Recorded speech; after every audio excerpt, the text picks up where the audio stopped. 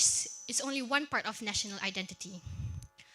We must also feel that we belong. And sometimes that feeling can be achieved through its simplest means, such as singing along within a group of people. Sometimes you probably don't even share any uncommon interests with them. A recent, in fact, a recent, uh, in fact, something similar did happen. Recently, the opening ceremony, the gamelan group was playing Ewa Bulan. And even though it's not the musician's intention, because the song is so recognizable and so iconic, everybody started singing along to it. Everybody was there for different reasons, came from different background, yet somehow that one song brought us all together towards the same moment. And that is why art is such a powerful benefit.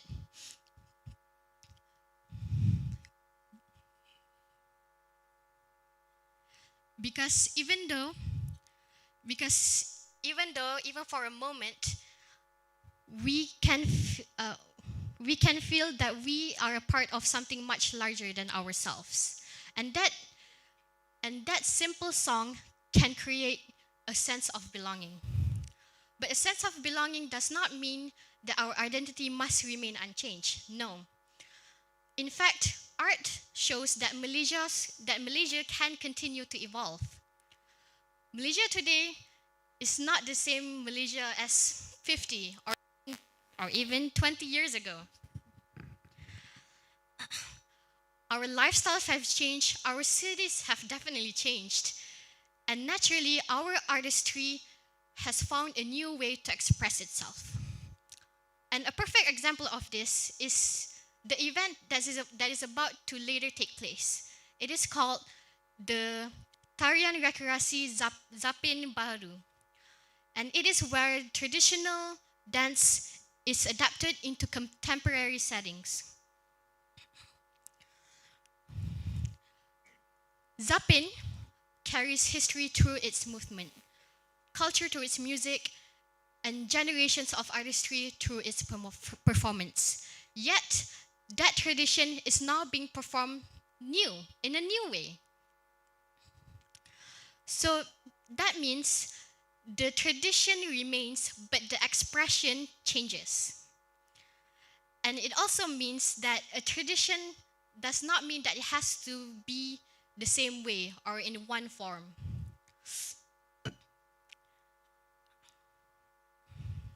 So, this is why art is such a powerful reflection of national identity.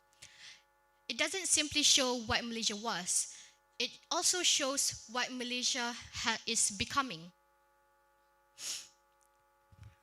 So what does all of this tell us? Well, our memories, our sense of belonging, and the way we evolve is part of what makes us who we are. And perhaps that is what national identity really is. It is not just being locked into history. We inherit it, share it, carry it forward. And I have simply noticed it by simply paying attention. Expression of identity is everywhere, and we must take notice.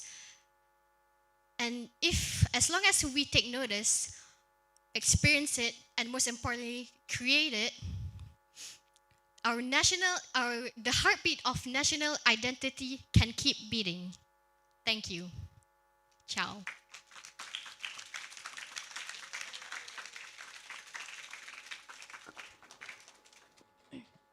Thank you, Norsara, for the insightful and engaging speech. Ladies and gentlemen, let us give our first speaker another round of applause.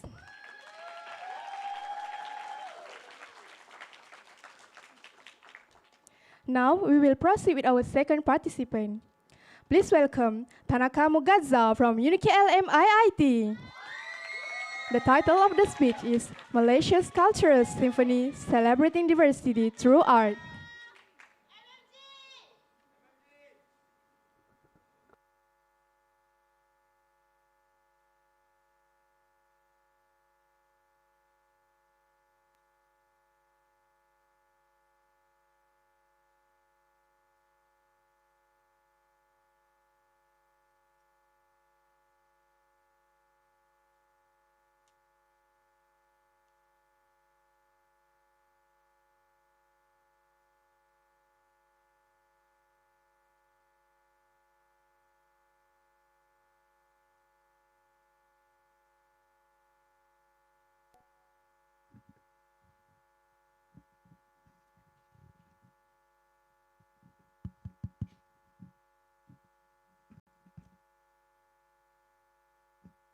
In a world that constantly tries to make everyone sound the same, one country chose to play every single note at once and turned it into art.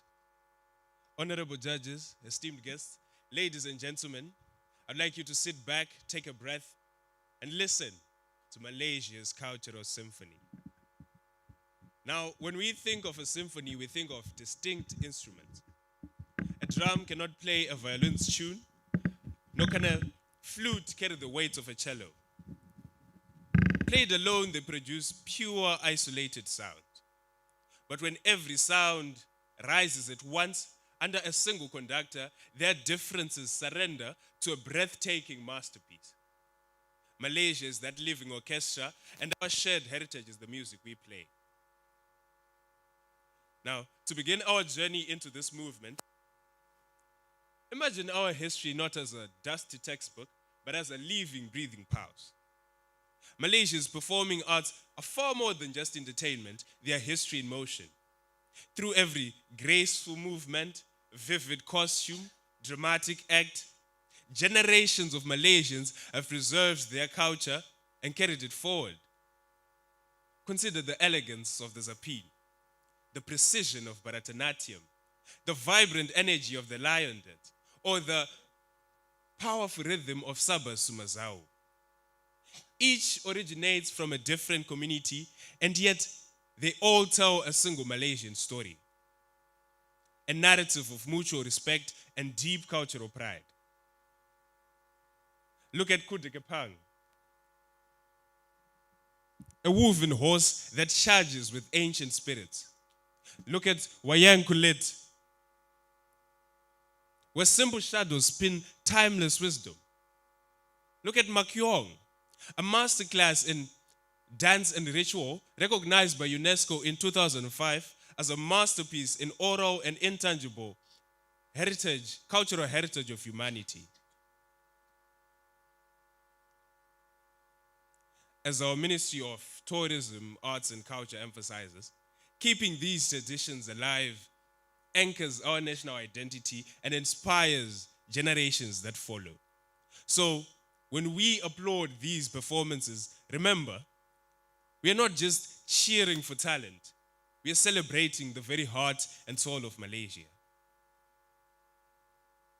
Building upon this movement, I'd like to ask you a question. Have you ever wondered why a single musical performance can move us to tears, or why it can bring us joy? Or why it can make us feel connected to people we've never met before? It is because music is one of the arts that bypasses our intellect and speaks directly to our soul. If you travel across our country, your ears tell the story before anything else. Listen to our landscape. It's the deep beats of the kompang and the brass of the gamelan. It's the soaring strings of the erhu and gujang.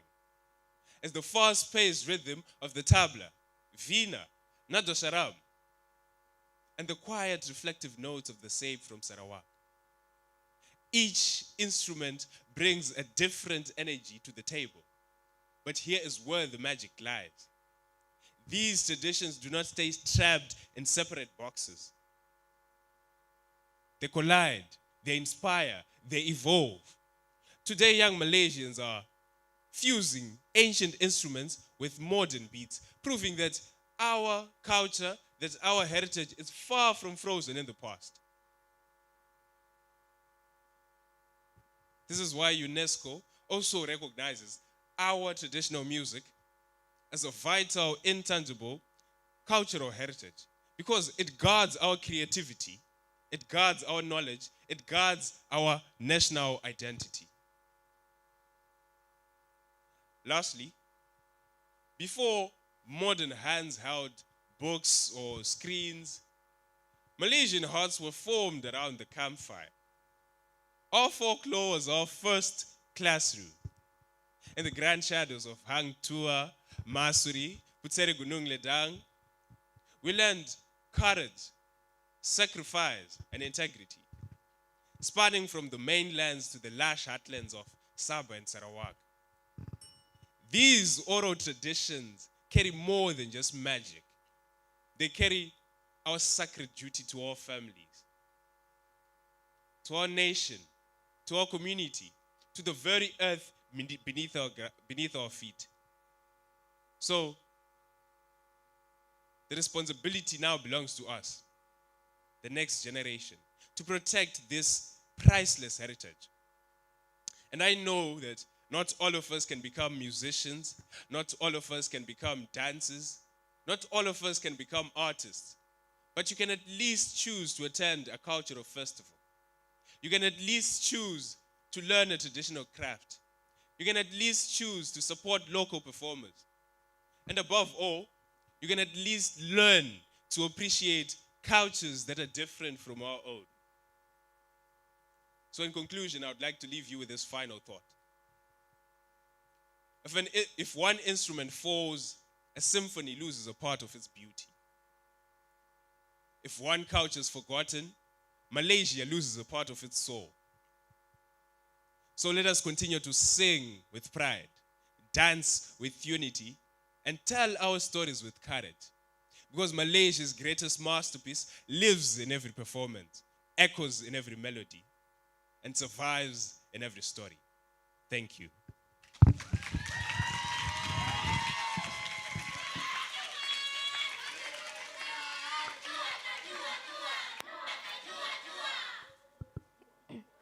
Thank you, Tanaka Mugaza, for that wonderful presentation. Let us give another round of applause to our speaker.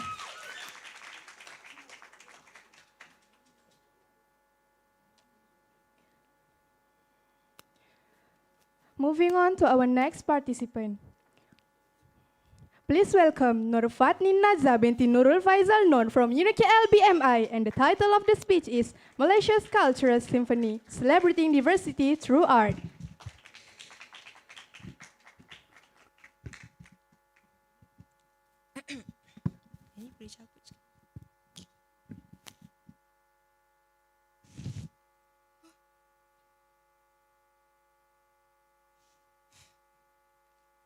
On 22 May 2006, my story begins as a Malaysian. I remember vividly listening to the same three songs for the whole year for almost 20 years. Maybe an old classic Malay songs on one side, or rhythmic beats of a Chinese lion dance echoing nearby, or perhaps an Indian Bollywood song blasting from a food stall. Somehow, instead of sounding messy, it sounds like home. And that is Malaysia, a country where different cultures don't compete. They perform together like a beautiful symphony. And today, I'd like to share why Malaysia's diversity is one of our nation's greatest strengths. Ladies and gentlemen, imagine an orchestra. Every single instrument sounds different. A violin doesn't sound like a drum. A piano certainly doesn't sound like a trumpet. And if every single instrument played the same note, the music will inevitably sound boring. Yet, if every single instrument plays its own unique part, this is where the magic happens. Malaysia is somehow similar to that in a way. We have Malays, Chinese, Indian, Sabahan, Sarawakians, Orang Asli communities, and many more. Each culture has its own traditions, language, dances, music, clothing, and even food. In fact, today I'm wearing this beautiful cultural clothing by Sarawak. Don't I look lovely in this? Thank you.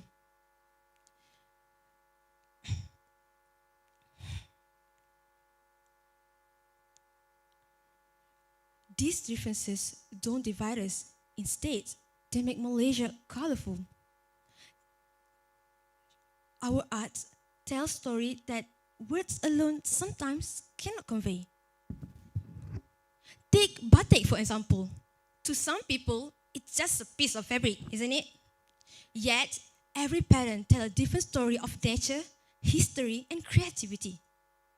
Today, we proudly wear batik not only during festive occasion, but also in school, offices, and even on international stages. And of course, we cannot forget our dancers.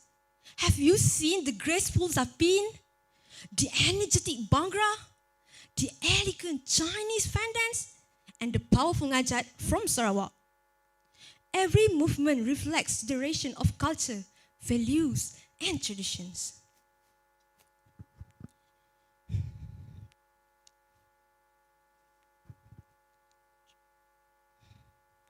But let's be honest, how many of us have said, I can't wait to learn traditional arts one day, or I'm so excited to wear traditional clothing, or perhaps I only know batik because my school decides to wear it every Thursday.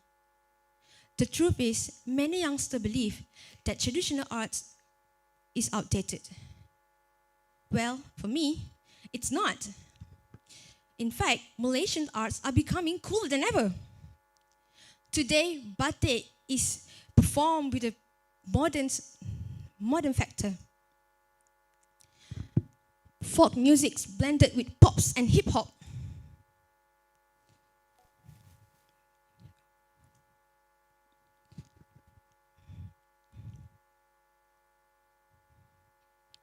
And even on TikToks, creators are introducing traditional art and musical instruments to thousands and not even billions to viewers by combining them with modern music. Culture is not disappearing. It's evolving into something more beautiful.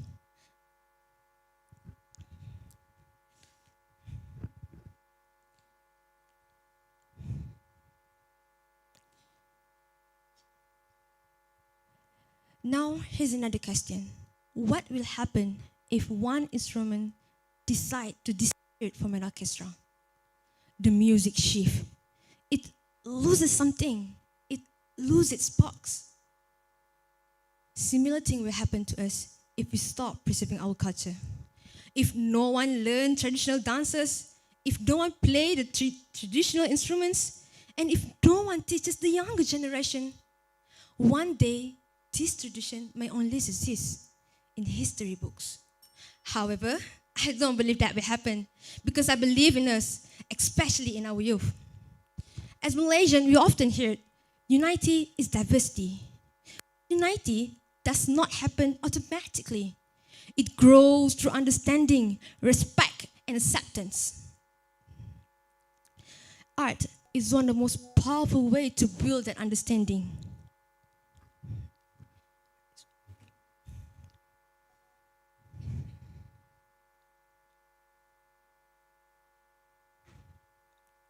Before I end, I would like for us to imagine Malaysia one more time, not as a country, not as a map, but as a giant orchestra where we respect one another, when we respect one another, accept our differences.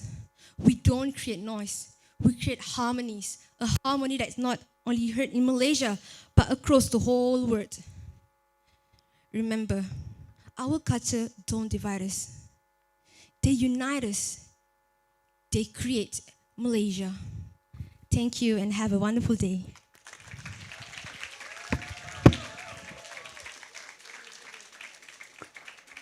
Thank you, Nurfatni Nazza, for sharing your ideas and perspective with us. A big round of applause.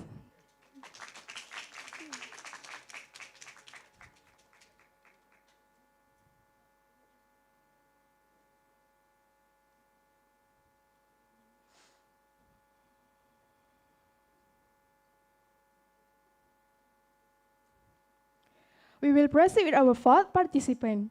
Please welcome Nur Azra Shahira binti Sharul Azli from UniKL RCMP. And the title of the speech is From Tradition to Modernity, the Evolution of Malaysian Arts.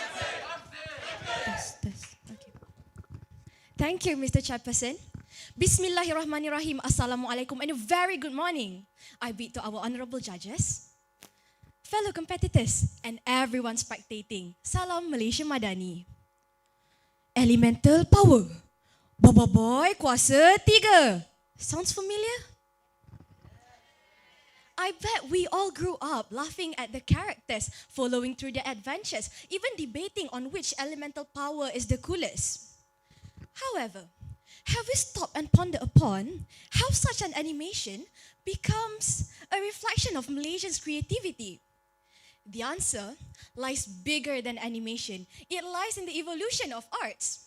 As a matter of fact, today I will not just be speaking about it, I am wearing it. My top is a songket with Chinese traditional inspired elements. A modern flat pants, my hijab is decorated with Swarovski, and a traditional inspired headpiece. Sure, at first glance, this may seem all over the place. Traditional and modern, local and global, heritage and innovation. But together, they are a beautiful meeting point in between heritage, diversity, and innovation. Ladies and gentlemen, allow me to take you through travel time to navigate to this topic. From tradition to modernity, the evolution of Malaysian arts.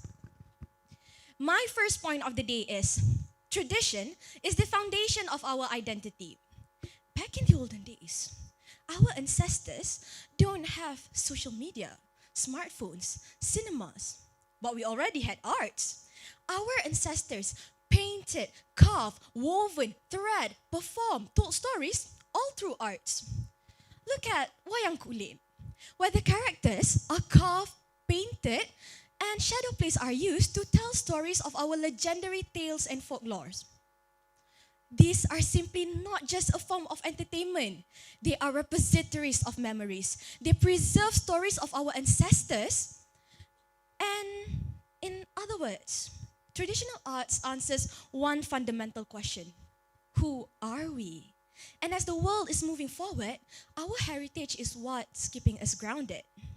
However, preserving our heritage does not mean keeping it the same forever. This leads to my second point of the day. Modernization and diversity has transformed Malaysian arts. Malaysia culturally has never been one-dimensional. We are shaped by the many tradition, languages, interaction by different ethnic and races all over Malaysia. And this diversity is what sparks artistic creativity. Look at our beloved superhero Bobo Boy. The characters are multiracial. Bobo Boy, Yaya, Ying, Fang, as they embark on adventures, the modern storytelling, digital animation, has now reached global audiences. This proves that modernization would never tarnish our heritage. Instead, it gives our heritage a new voice. Moving on to my third point of the day. Technology has provided new canvas for Malaysian artists. Once, an artist's canvas is a piece of cloth, a wooden stage, a wooden surface, a stage. However, in today's world, with digitalization, an artist's new canvas is the screen. Think of our batik. In the olden days, an artist needs a piece of cloth, wax, dyes to create intricate patterns by hands. But with digitalization, batik is very well incorporated with our daily life. Captain Batik, a local brand created by two youngsters from Malaysia who traveled all across Nusantara region. And they noticed, why do youngsters nowadays are no longer upholding batik? So they decided a brand. And what started as a small account in social media is now reaching 50 million ringgit of revenue in the course of 3 years. From the hands of an artisan to the digital screen to international audience. Technology has not only changed how art is created, but it changed to who gets to appreciate and share the art.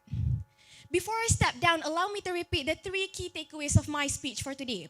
Firstly, traditional art is what keeps us rooted. Secondly, modernization has provided new perspective. And thirdly, technology has given artists a new platform to share their artwork. Perhaps I am today's best example. The songket reminds us where we come from. The Chinese traditional element describes the diversity that makes Malaysia unique. The modern silhouette tells us where we're going. The contemporary touches and Swarovski reminds us that heritage will never lose its meaning, even though reimagined. So the next time you are seeing our heritage being interpreted, instead of asking, is this traditional or modern? Ask, how did our past inspire this future? As long as Malaysians continue to create art, our heritage will never go untold. Just like our famous Ella once said, Engkau terunggul, wajar standing in the eyes of the world. UAF 2026. Thank you for listening.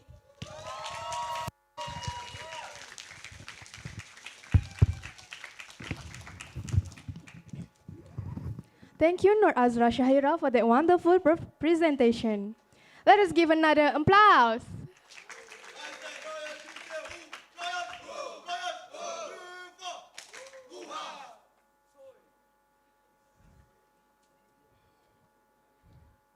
Moving on to our next participant, please welcome Muhammad Nazir bin Norzaimi from UniKL Mindset. And the title of the speech is The Role of Youth in Preserving Malaysia Cultural Rhythm.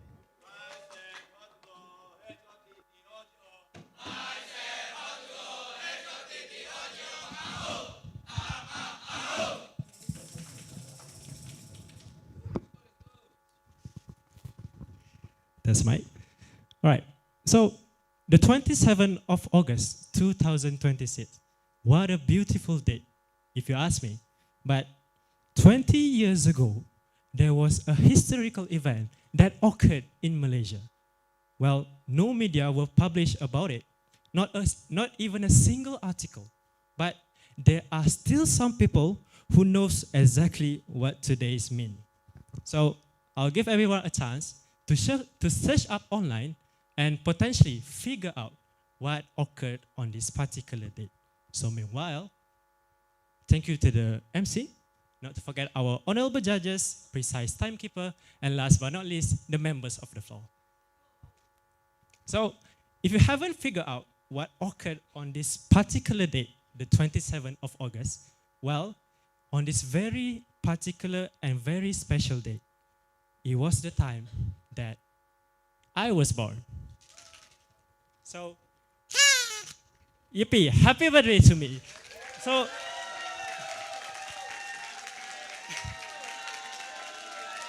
right, we don't have much time, okay? So, gosh, I'm already 20 years old today, but I still feel kind of young.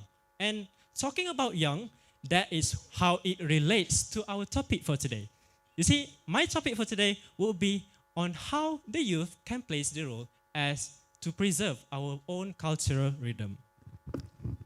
So I am pretty sure that almost everybody in this hall right now would have at least learned another language apart from English or Malay, right? Can I see a few hands? Anyone has at least like Mandarin, Arabic, Japanese? These are, okay, you can put down, you can put your hands down. Okay, so these are one of the many languages that we have around the world. And the case for me, so basically back when I was in foundation, in MFI people? Any MFI people? Aye, okay. So back when I was in foundation, I learned the French language. So every time my lecturers would come into the classroom, they will always greet us with such a remarkable manner. Bonjour, ça va? And that literally means, hello, how are you? And the same thing can be said about our own Malaysians way of greeting others. It has become our own culture. And even though it's just a tiny habit, it has managed to connect many generations altogether. So how does the youth relate to that? Basically, the youth is like the cultural bridge. So from one generation to another, they connect many people altogether. Because without the youth, how can we ensure that one day we will have the learners when they are still young? And then when they grew older, who will be setting the examples? And that is exactly how the youth plays a role in preserving the culture. Okay, so have I mentioned that I have a cousin that is 2 years younger than me? So the funny story goes, sometimes on the weekend, we will have these huge family gatherings at my grandparents' house. So the food my grandmother would prepare. She loved serving people, especially her families. So at the dining table, just like any other day, my cousin just decided to praise my grandmother. So he basically said, Toma, your food is so good. You're the goat. Oh, well, my grandmother's English is not that excellent, but she knows exactly what a goat is. And I think everyone else can relate to that. But at the end of the day, she felt that as a mockery. So my boy got smacked that day. Okay? So, but was it entirely his fault? The answer is no. The word goat itself has been adapted and has been spread worldwide by younger generation, and it literally means greatest of all time. So you see, how does this even begin with? The youth has managed to adapt, to develop a modern conveyance of keeping the culture going on through many social media platforms. So the way you dress, the way you celebrate seasonal celebrations during holidays, what you eat, what you decide to attend to, maybe some poetry event and all of this has at least experienced a change in approach due to how developed the world is currently in. And last but not least, let's not forget that the youth would be the generation that becomes the leader of the future. People might say that the youth would be those incapable, those who has less experience. But you always remember that even though they are the bad, even though they turns out bad, there will always there would always be the youth who leads us. So imagine you giving a baker a task to serve you a cake. Some of the bakers would perhaps use different decorations, different flavors of cake, but in the end, on your table, a cake for you to enjoy. Well, unless it tastes bad, who knows? So the next time someone tells you that the youth is so reckless, so full of nonsense, so irresponsible when it comes to appreciating our culture, always remember that that's only the tip of the iceberg. You never know someone's capability when you first judge them through first impressions. So instead, when we would fall 7 times, we get back up 8. So everyone, ladies and gentlemen, let the youth shows us the way. Let them be their own authors in life. So us, we'll just sit back, relax, give them the pens, and watch how their beautiful stories unfold. And with that, wabillahi taufiq wal hidayah. Assalamualaikum warahmatullahi wabarakatuh, and thank you.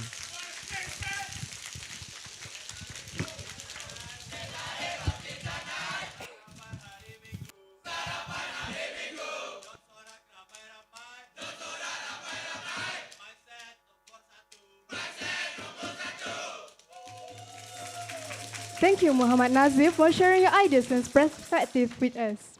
A big round of applause.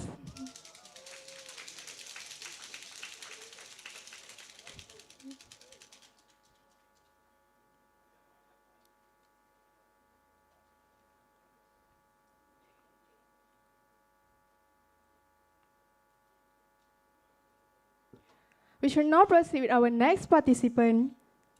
Please welcome Nuril Ashira binti Nazrul Akmal from UniKL Mestek, and the title of the speech is Art as the Heartbeat of National Identity.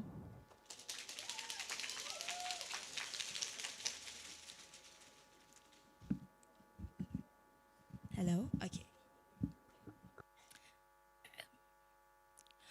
Before I start my speech, I wanted to give you guys a little riddle as an icebreaker. And I will want at least one person to yell out the answer to me, okay? It's a simple riddle, really. Okay? You guys ready? All right, here I go. I have no voice, yet I can tell people who you are. I have no memory, yet I remember your detail.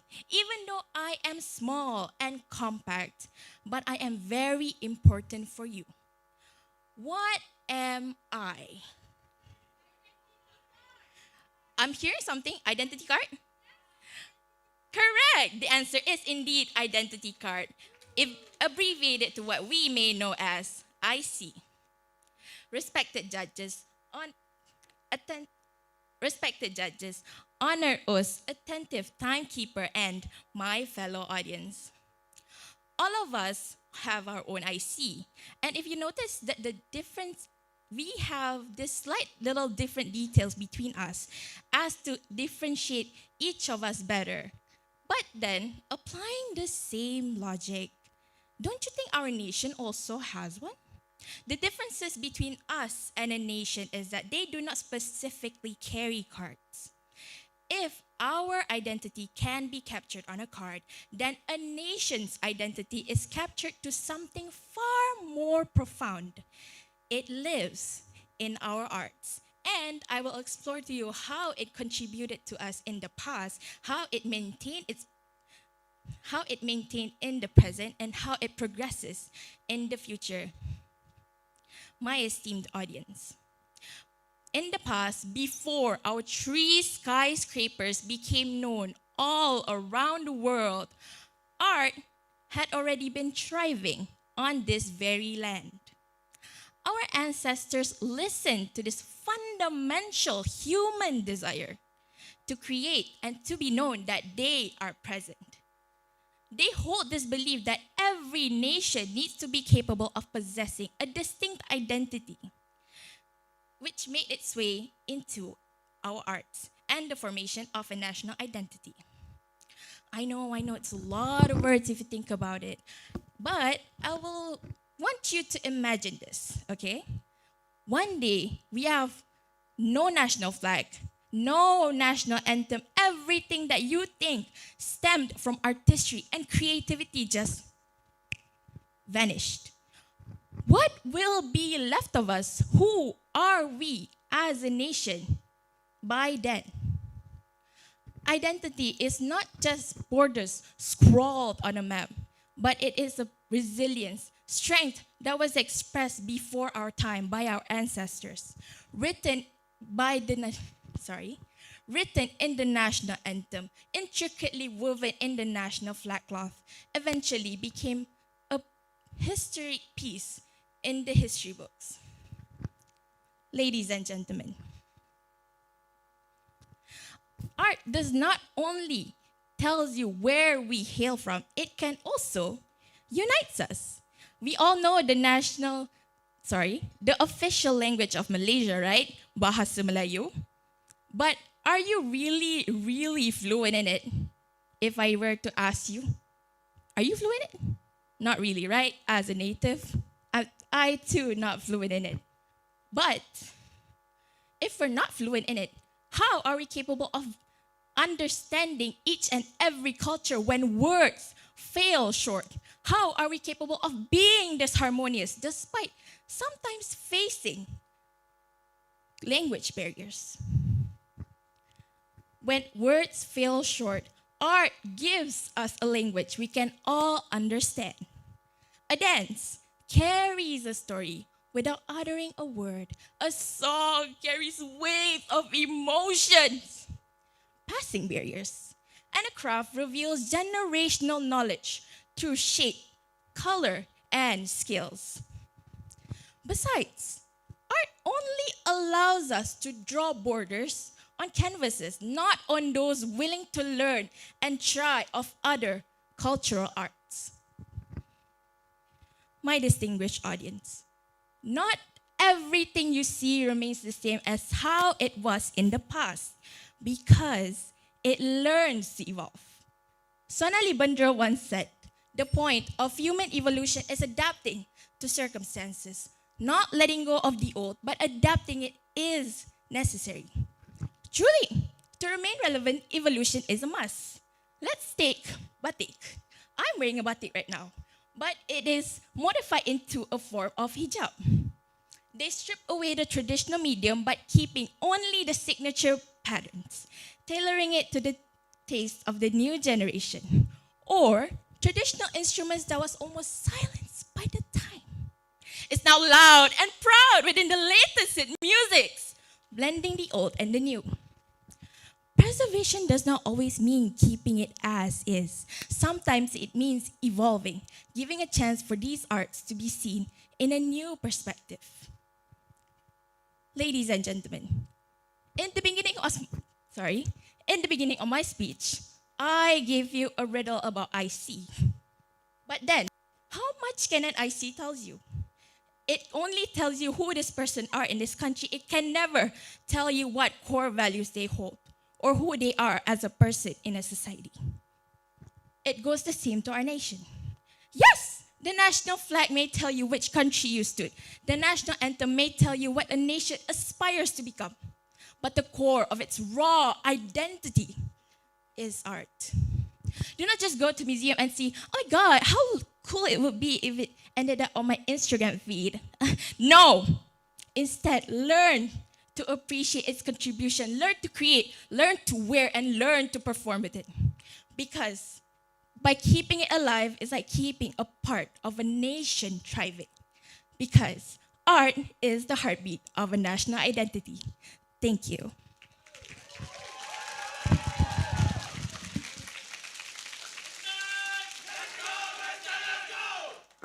Thank you, Nurul Ashira, for that wonderful presentation. Let us give another round of applause.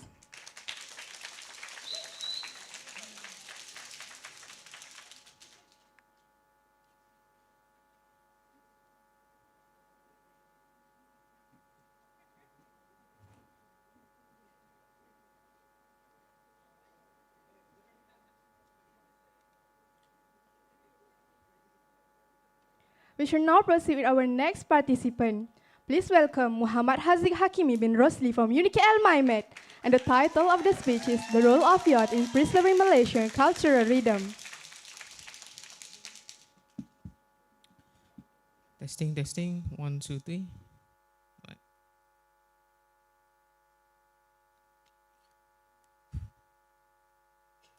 Assalamualaikum and good morning to my fellow judges, lecturers, and friends.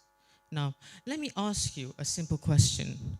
Have you ever scrolled to TikTok, or for the past 2 hours at least, only to realize, the latest dance trends, the newest football transfer, or which cafe serves the best matcha? Yet, you sometimes still don't know why Malays eat lamajong Hari Raya, what the ngajak dance represents, why our grandparents become emotional whenever they hear an old patriotic song. Funny, isn't it? We know what's happening in the world within seconds, the newest trends, the latest gossips. But sometimes we forget about the treasure that's been sitting in our backyards for generations. Ladies and gentlemen, Malaysia is more than just a country on the map. It is a place where Malays, Chinese, Indians, Orang Asli, Sabah, Sarawakians live together in peace and harmony. Sure, we may be different in our religion, traditions, beliefs, but together they make something uniquely Malaysian. Now, but the question is, will our generation make an effort to preserve this national heritage, or will we simply let it scroll by? Today, I'm here to talk about the role of youth in preserving Malaysia's cultural rhythm. I believe every single young Malaysian has a role to play. We can preserve our nation's cultural identity with just 3 simple steps, actually. We can start by learning our roots, sharing our culture through technology, and respecting each other's culture and traditions.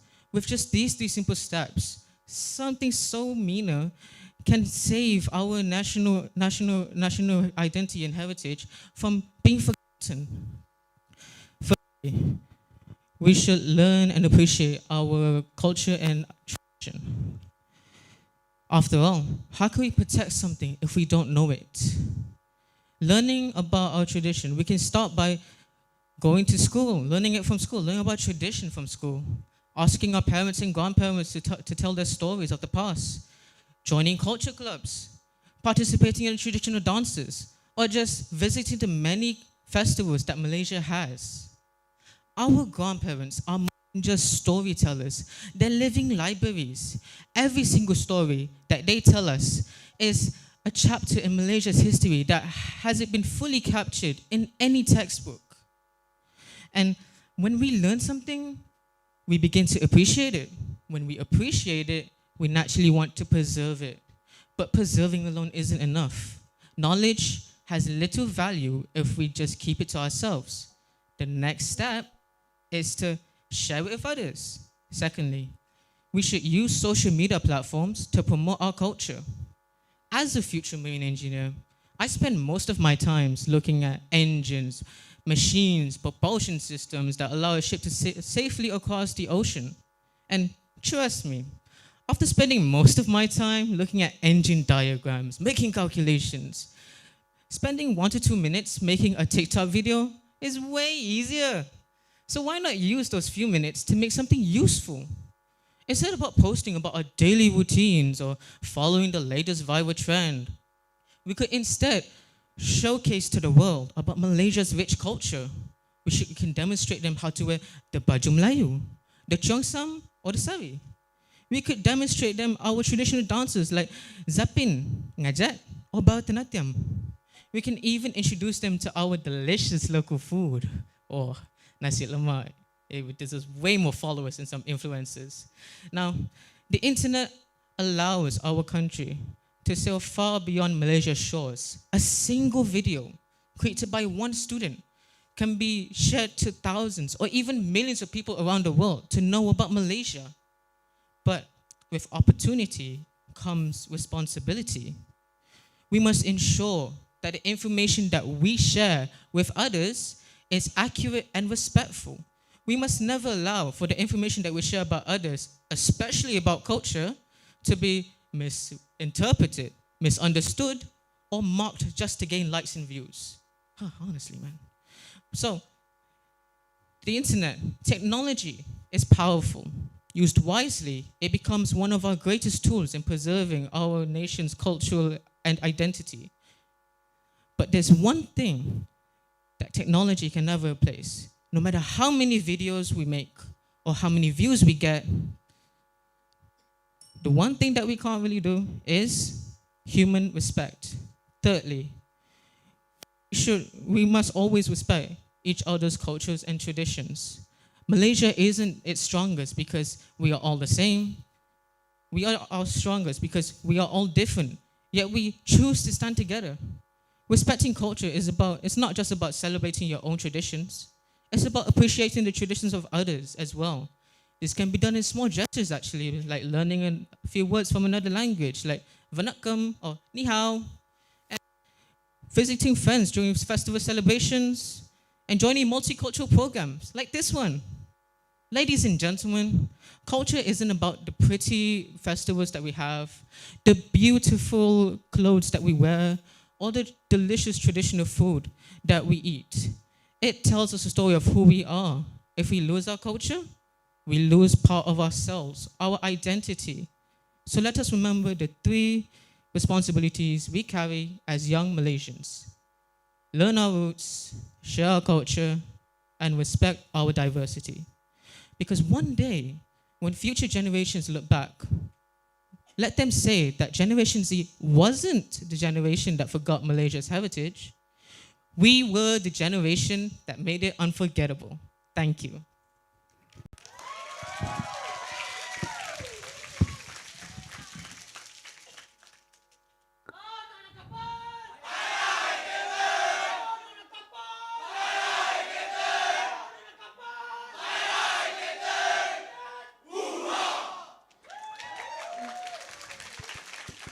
Thank you, Muhammad Haziq, for sharing your ideas and perspective with us. A big round of applause.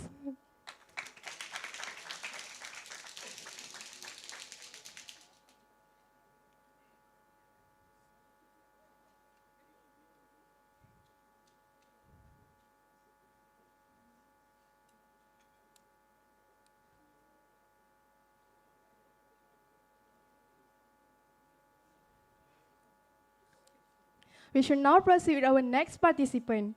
Please welcome Alak Hadrami Siddiqui bin Harizan from UniKL MSI. And the title of the speech is From Tradition to Modernity, the Evolution of Malaysian Arts.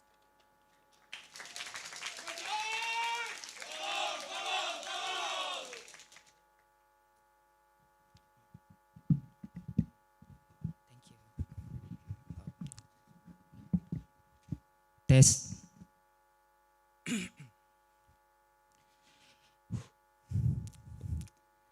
Every act of creation is first an act of destruction.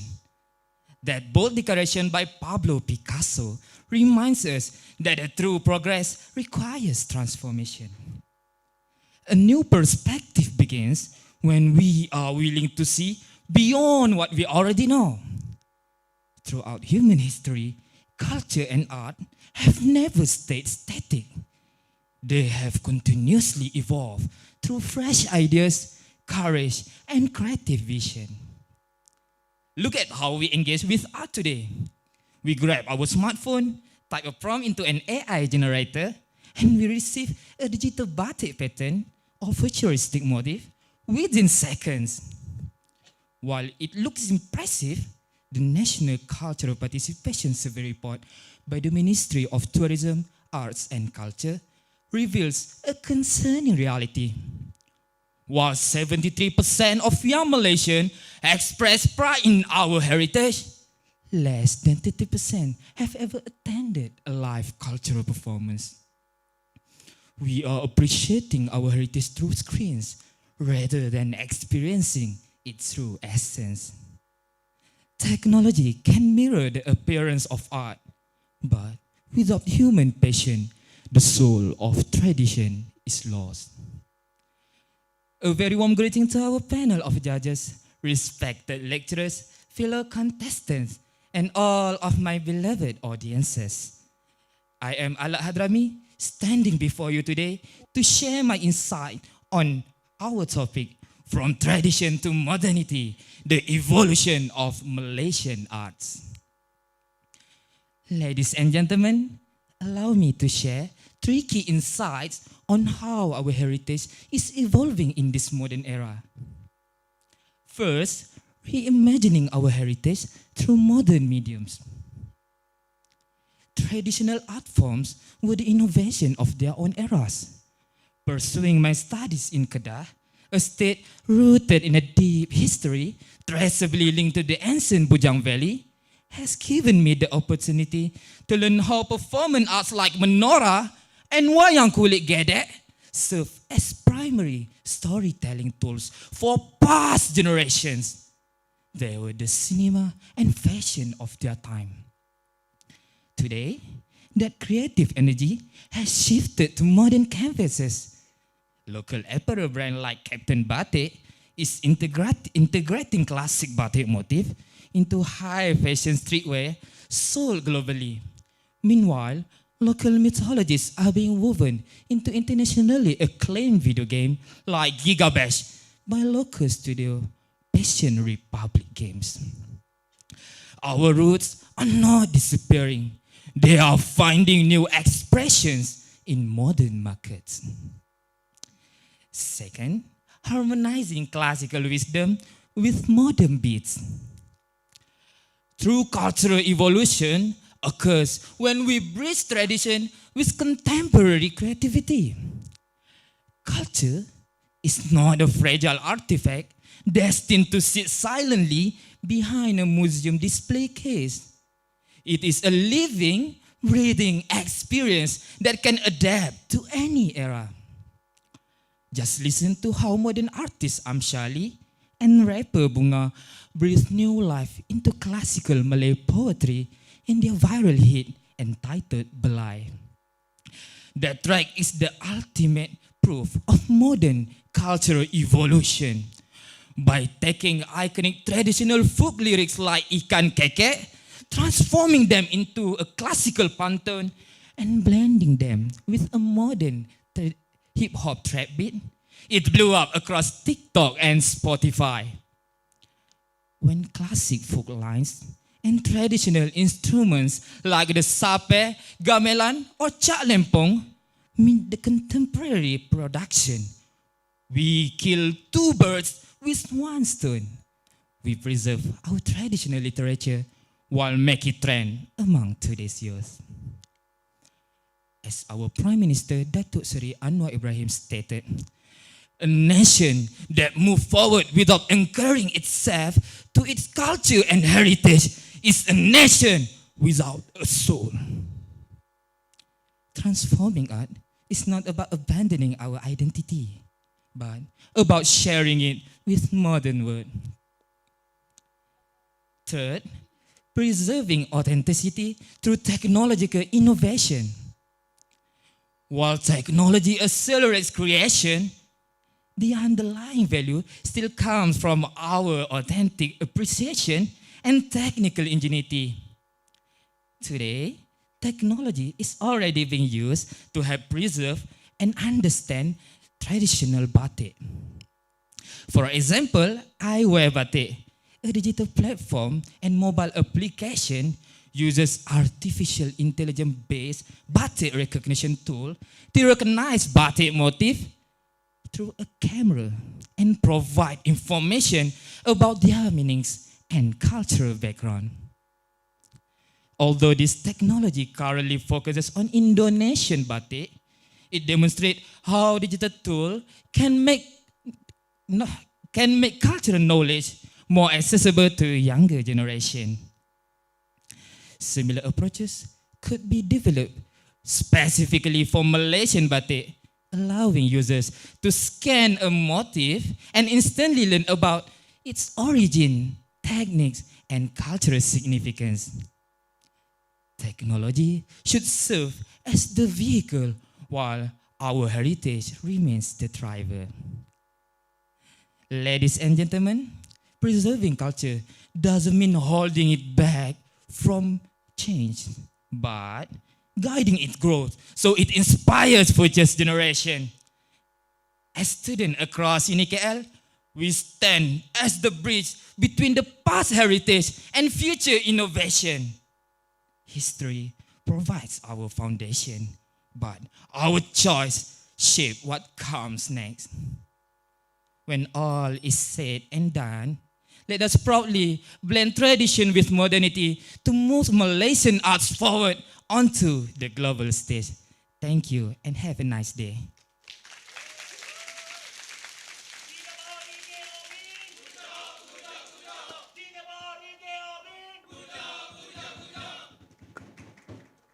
Thank you, Ala Hadrami, for that wonderful presentation.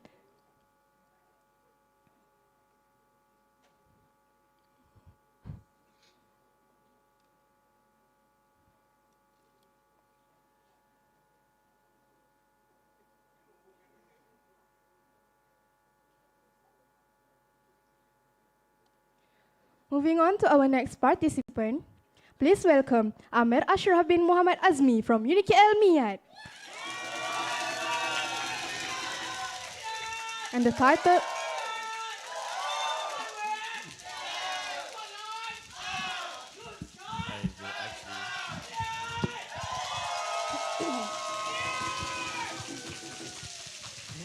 and the title of the speech is Art as the Heartbeat of National Identity.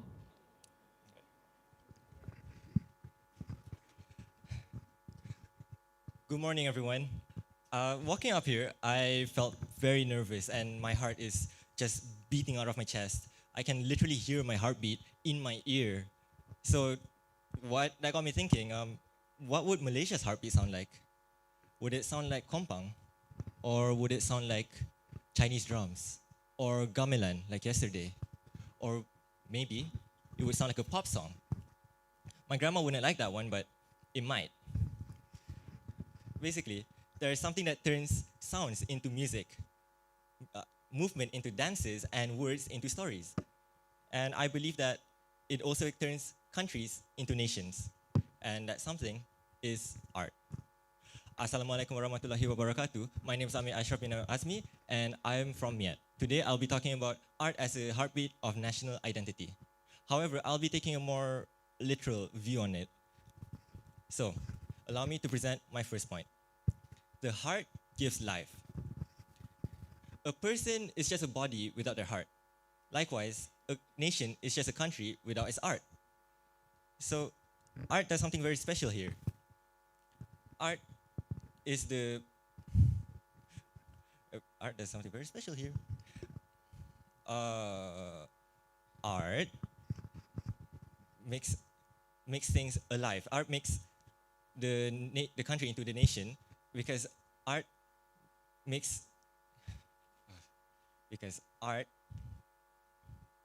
turns our country into a nation. Gosh, I'm so nervous. I wasn't kidding when I said I was nervous. Our art changes how our country looks. Because countries are boring. Countries are just things that exist on paper. Countries exist only because people agree that it exists. And without art, our countries is just that.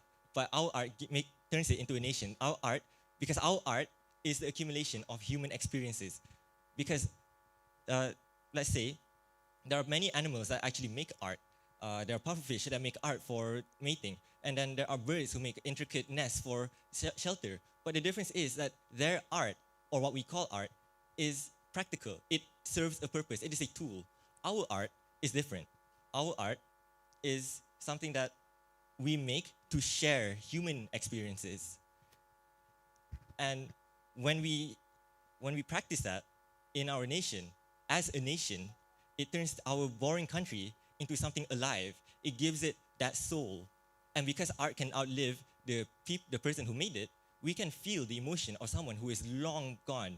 And because we can feel the emotion of something that is non-living, we can feel the emotion of something that is non-living, like Malaysia. Next, I want to bring you to my second point. The heart connects. So we can understand each other even though we share so little in common. So little that we don't even speak the same language. Like I speak English and Malay, and someone might only speak Malay, and my neighbor might only speak Chinese. But there is a way, there is a medium that we can use to understand each other, and that is art. Here's an example. Music.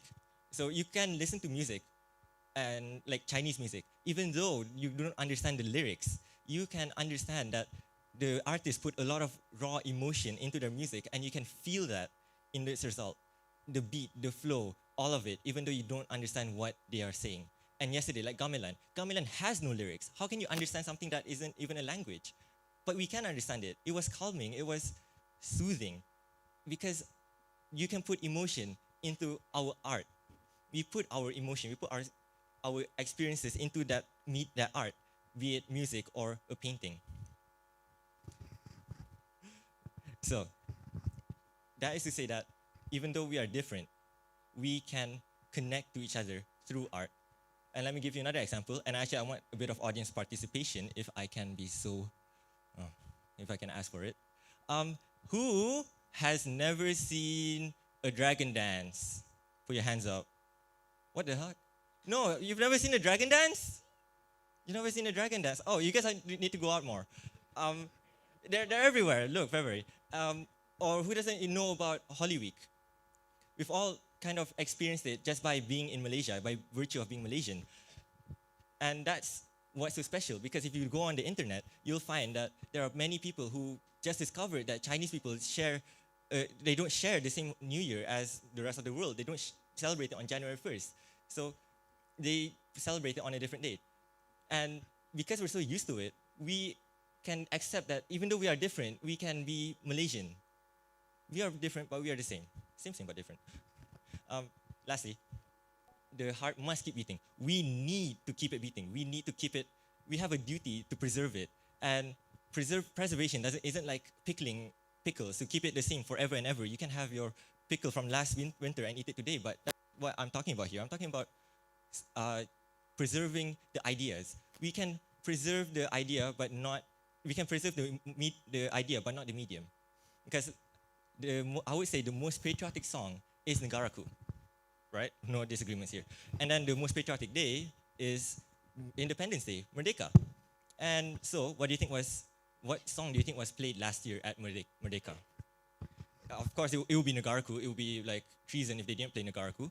But they also played Aku Negaraku by AMK, and that is a pop song. My point is that even though it is not the same as what is traditionally used, we can still use it to share the same emotion. We share that we are proud to be Malaysian. I'm proud to be Malaysian. So I think, Tunku Abdul Rahman would be pretty proud that, we're still we're still excited about being Malaysian, and we like sing it from time to time.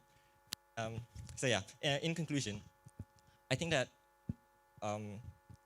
to answer my first question, I mean, the question was, what would our heartbeat sound like? I think that our heartbeat would sound not like one sound. It would be a mesh of sounds. It would be all of the sounds all together, all at once. And if you played it on stage like here, it would be played by a bunch of different people. They would have different clothes, different skin, different ages, and different faces. And in the end, they may disagree about whose music is the best, but they'll all agree that their sound makes up a part of the whole. And I think that is what our unity is about. Thank you very much.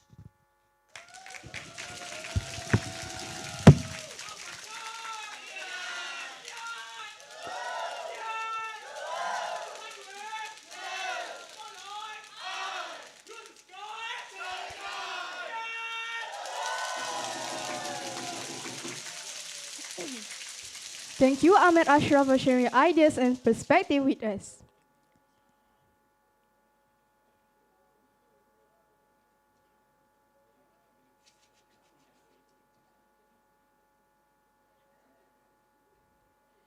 For the next participant, please welcome Iva Shaira binti Matron from UniKL MyTech, and the title of the speech is The Role of Youth in Preserving Malaysia's Cultural Freedom.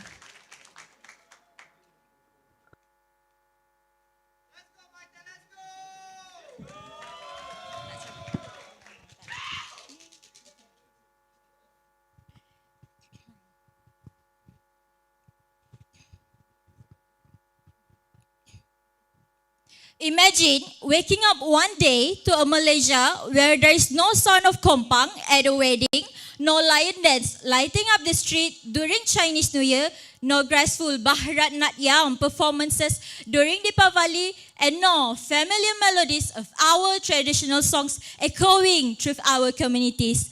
Malaysia would still exist, but does it feel like Malaysia? Good morning to respected judges, distinguished guests, ladies and gentlemen. Today, I stand before you to speak on the role of youth in preserving Malaysia's cultural rhythm. Culture is more than colorful costume or festive celebration. It is the heartbeat of our nation. It tells the story of who we are, where we came from, and what values we choose to pass on. Yet, it does not disappear overnight. It fades slowly when we stop appreciating it, stop practicing it, and stop sharing it with the next generation. As youth, we are often called the leaders of tomorrow, but I believe we carry a greater responsibility. We are the guardians of today. Every decision we make today will decide whether our heritage continue to thrive or fades into nothing more than an old picture in a history book. Today, I would like to highlight 3 key reasons why the youth hold the heartbeats of Malaysia's cultural rhythm. To begin with, as youth, we are not only the inheritors of Malaysia's cultural heritage, but we are the one that keeps the rhythm alive. Our tradition alive today because someone, somewhere, choose to pass it on. Our grandparents taught us traditional recipes. Our parents introduced us to festive celebration, and our communities introduced us stories that shape who we are today. I still remember witnessing my grandparents preparing traditional dishes during Hari Raya. My grandmother never simply handed me the recipe, but she handed me stories about gratitude, family, and togetherness. What I inherited wasn't just a story. It was memory. It was an identity. As the saying goes, a river cannot flow without its source. We need to live it, we need to appreciate it, we need to practice it, and most importantly, ladies and gentlemen, we need to pass it on to the next generation. Secondly, as youth, we can preserve our culture through technology and innovation. Many people say social media is pulling us away from tradition. But for me, I see it differently, and the numbers back me up. Let's dive into an example. I believe each one of you are familiar with a famous TikTok creator called Khairul Aming. Not only a famous TikTok creator, but he is also a successful business owner. Every Ramadan, he will create a TikTok series called 30 Hari 30 Recipe. Ladies and gentlemen, this series itself have collected about 45 million viewers among Malaysian.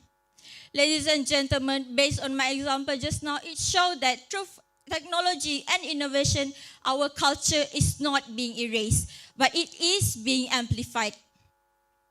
Last but not least, we as youth can preserve our culture by strengthening our unity. Our beloved country, Malaysia, rich with diversity. Malays, Chinese, Indians, Sabahan, Sarawakian, and every community in between bring a tradition that make our country like no other on earth. Diversity is our greatest strength. As youth, we have the chance that our grandparents did not always have. The chance to create friendship through across race, religion, and language at the speed of a shared viral video. Ladies and gentlemen, to conclude my speech today, let me ask you a question. Nenek, Atok, what was Malaysian culture like? Will you simply show them an old photograph, or will you let them experience it through vibrant festival, delicious traditional food, and stories that are still alive because we are the generation that keeps them alive? Think about that. With that question, it marks the end of my speech today. Thank you.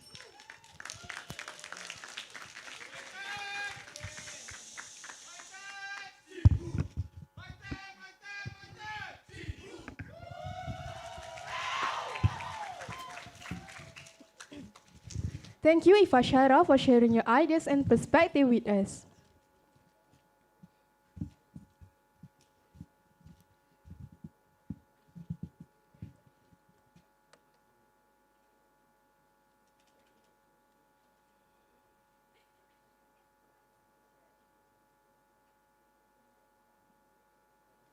For the next participant, please welcome Muhammad Nazarin bin Muhammad Nazir from UniKL BIS and the title of the speech, The Role of Youth in Preserving Malaysia Cultural Rhythm.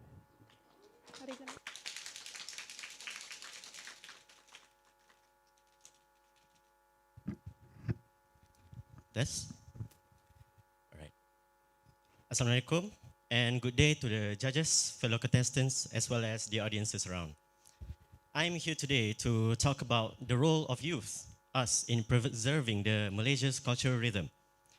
Now, as we know, in Malaysia, it is filled with multiple cultures, multiple traditions, thanks to something that makes us unique, which is we are multiple races under one flag in one nation. But as you know, our art forms has been getting cared for less and less as each day goes by. Why?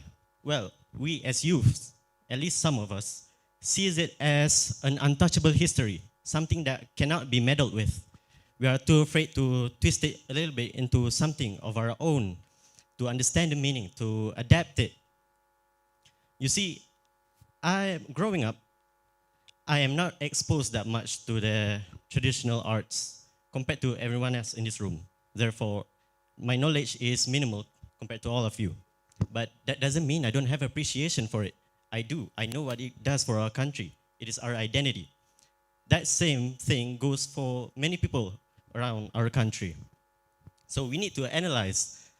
To step in the role of preserver, we must first find out why do youth feel disconnected from it and why adaptability matters in order for an art form to survive, and as well as we don't have to wear a costume to pretend that we care. We just need to internalize it. So first and foremost, the views about the young generation not caring about traditional arts is simply false. We have so many types of entertainment nowadays, songs, movies, sports matches. They grew up with those. They understand the theme, the meanings behind them. So they grew a passion for it. But they don't do the same with traditional arts. Does not mean that they don't appreciate it, but they just don't give it a chance yet. I will give you an example. When a concert happens or a movie theater, it is always packed with attendance. But compared to a traditional event such as this, the attendees are not as much. Now, it is not because they don't want to attend it, but like I said, they don't have a passion for it yet. But that's the thing that they need to do before stepping in the role of preserving the cultural rhythm. They need to understand the meaning, study the value and purpose behind it. That's what we, as the young generation, have to try. Moreover, I see adaptability as some sort of a resonance. You pluck one string of a guitar and another to continue the flow of music, but you can't let it stop, or else the song ends. Adaptability is like that. Traditional arts is another way to express yourself, an art form, like an entertainment that I mentioned previously. It needs to evolve over time to catch up with the generation that it's currently existing with. An example that I want to give is Bahasa Melayu. We use it in every day of our lives. We talk with it with our friends, families, and teachers, everyone. But if you compare the way we speak now and the way people speak then, it is quite different. The pattern of speech, the flow, the slang used. But you see, if the simplest thing, such as the way we speak, can change, why not arts do the same? As well as we don't disrespect it, respecting the roots, not crossing the line, it will be fine. Therefore, when you can twist it into something of your own interest, you can internalize it, and everyone around you will notice and try to do the same. And it will go on until the whole generation will actually understand why these arts are popular in the first place. Lastly, we don't have to pretend. We don't have to wear a costume. In an event like this, there's people who genuinely cares that attends these sorts of things, but there's also those who are trying but hasn't exactly clicked with it yet, right? You see, when an event ended, how much does it actually stays with us? How much does it actually impacts us? Look at me. I'm wearing a traditional baju Melayu with blue top and black bottom. My interest is fashion. I like color coordinating my everyday attire. So I learned how to turn this simple traditional outfit into something of my own. Just something so minimal, but yet so impactful to me because it is what I am interested in. We have to learn about these things. So go look at the current and past artists, all of their crafts, all of their songs, poems, and internalize those meanings so that it can become part of your identity. It can become something that you bring with every day of your life instead of just bringing it to an event once a year. In conclusion, to let tradition freeze in time, it will only do more harm than good. It needs to change in a good way, of course. It needs to evolve, adapt, and motivate us. That's what art is supposed to do, right? If we actually resonate with it, find meaning through it, then we would like to share it, not because we need to, not because it is our duty and people tell us so, but because we want to. It is something that we as a whole generation enjoyed. And the next generation will see that and they'll try to follow our footsteps and make it reflect themselves. So it will essentially breathe a new life into the art. As more time to come, it will evolve and evolve by still sticking to its roots, by reflecting the generation that's still practicing it. That's all from me. Thank you.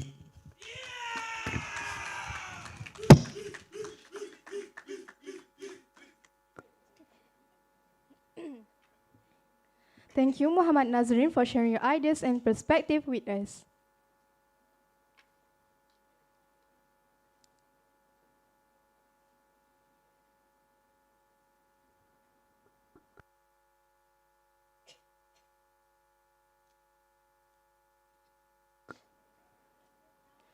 For the last participant, please welcome Afif Badri bin Azlan Shah from UniKL MFI, and the title of the speech is Art as the Heartbeat of National Identity.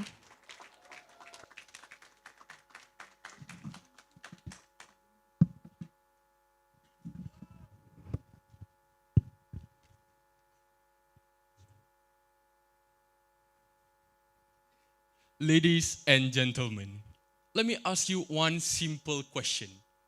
Can you hear the heartbeat of a nation? Well, a nation's heartbeat cannot be heard, but it can be felt through the stories we tell, the traditions we preserve, and the arts that define who we are. Because art is not something we simply admire. Art itself is the heartbeat of national identity. Peace be upon all of you, and good morning I bid to respected judges, fellow timekeeper, and beloved audience. Today, ladies and gentlemen, let me introduce you to one of Malaysia's most artistic symbol, the keris. Sure, the keris was once used to serve soldiers, slashing and slaying enemies, protecting our motherland. But it is far more than just a blade. It's a living artwork that reflects the skills of its makers, wisdoms of a generation, and the identity of a nation. It remains so significant to us today due to three reasons. First, it tells our history, our past. Second, it shaped our values, our present. And finally, it inspires our upcoming future. Ladies and gentlemen, let me begin with history, the past distant history. Contradictory to its own name, histories are not simply his stories. Every nation has their own history, and it's up to their people to preserve that history. And similarly to this piece of steel, it is not simply an object from the past. It carries centuries of craftsmanship, heritage, and cultural identity. It took a skillful artisan, in Malay known as empu, years, if not decades, to master its craft, putting on beautiful pattern known as pamor onto these curved slithering blades. However, ladies and gentlemen, these patterns are not merely decoration. They reflect dedication, passion, and patience. In a fast world where we desire fast communication, internet, delivery, and sometimes we even desire fast success. But through the delicate and careful creation of the keris, we are reminded once again that heritage cannot be rushed. Arts cannot be simply replicated. And identity cannot be simply put into existence without any effort.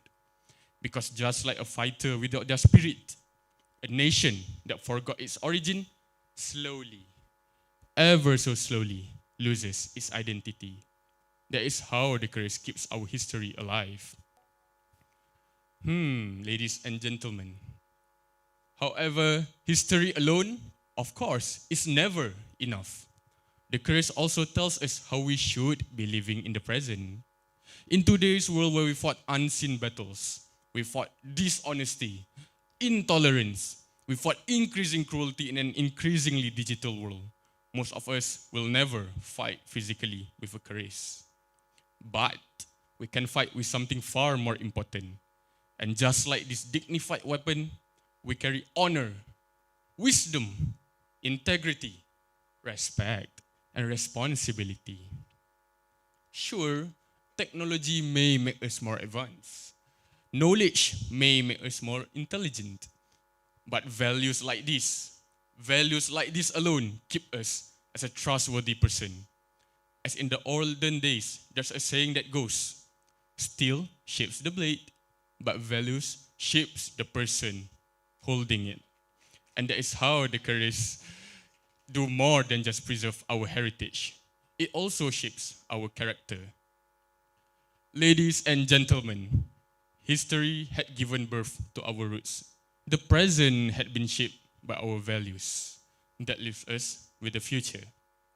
Now, ladies and gentlemen, may I ask all of you to take a look around us. Take a look at how most of us are dressed today. Take a look deep within ourselves. This is what we call our culture. And culture is alive. It grows and it evolves. Just like how many young artists had been implementing many traditional symbols into buildings, clothings, animations, accessories, and many other creative industries. Because by giving this beautiful tradition of ours a new voice, a new look, a new breath, that is exactly what will help our culture to survive and thrive towards the future. Now, ladies and gentlemen, let me ask you once again. Can you feel the heartbeat of our nation? Can you feel the heart that beats through our music, our crafts, our arts? Can you feel the heart that beats through our people? Because not only are our pieces of art shaped by our history, guided by our values, but it's also inspired by our hope for the future. Because as long as we, the people, decide to unite, to collectively preserve, protect, love, and reimagine our arts into something, into much greater forms, the heartbeat of Malaysia's national identity will never stop beating. That will be all from me. Thank you.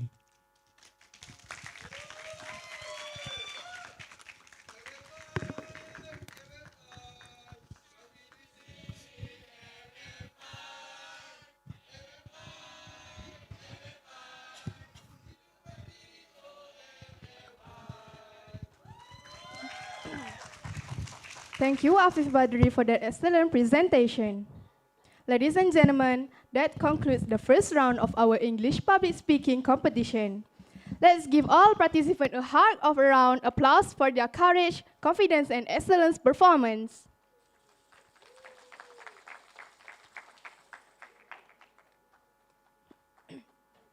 At this point, our respected judges will deliberate and evaluate the performance of our participant. While the judges are deliberating, we will take a 15-minute break. Everyone is together again so we can proceed to the second round.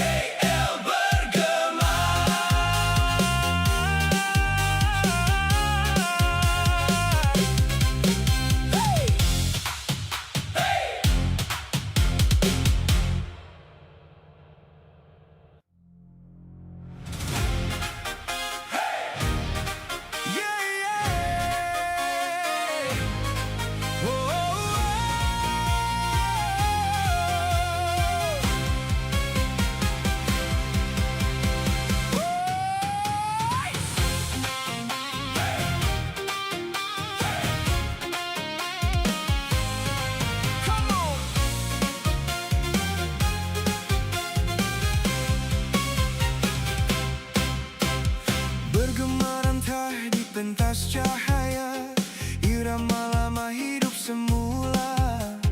Dalam gemersik bunyi pusaka terukir jiwa bangsa. Gong berbunyi memanggil rasa, serunai lembut membuka cerita. Rentak zapin menyatu semua di bawah langit yang sama. Rentak warisan kita bergerak seiring masa. Tradisi takkan hilang selagi jiwa bernyawa. Bersatu dalam irama, langkah dan cita rasa. Dari akar budaya, Kita bangkit bersama.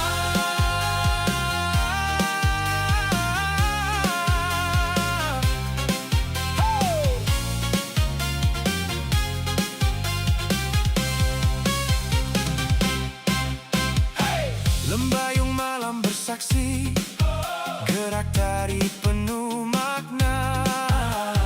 Dari sejarah ke mimpi, mengalir megah suara. gong berbunyi memanggil rasa, serunai lembut membuka cerita.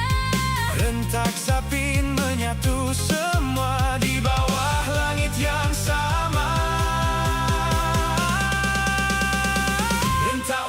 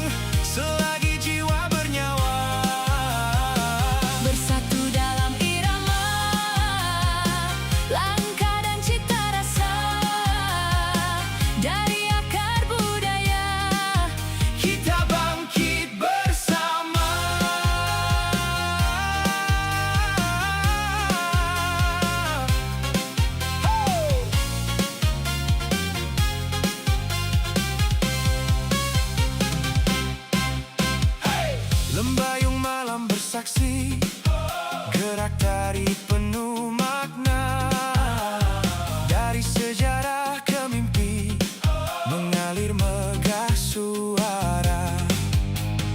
Gong berbunyi memanggil rasa, serundai lembut membuka cerita.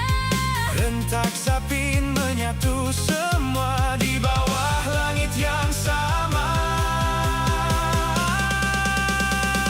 Rentak warisan kita bergerak seiring masa.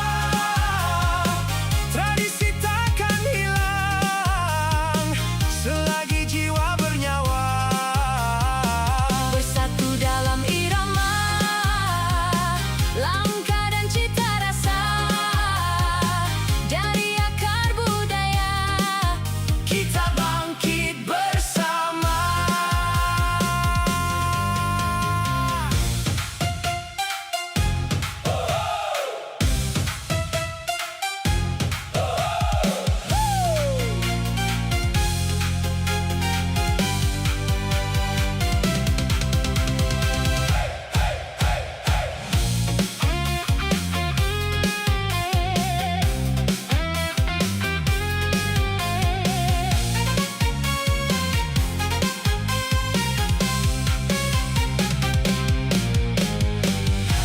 Langkah ke depan takkan berpaling dari warisan. yang kita junjung. Dunia berubah, Kita tetap di UniKL Arts Festival.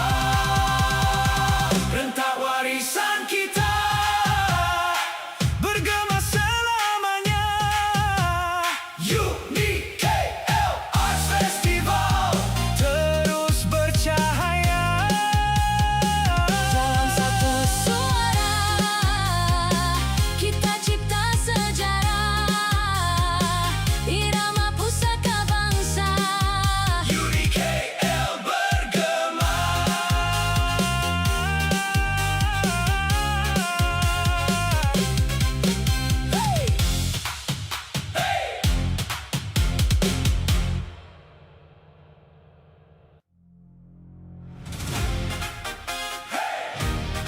Yeah, yeah.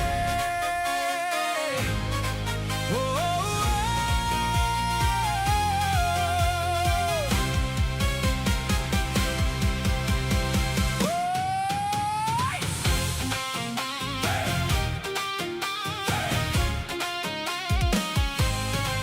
come on.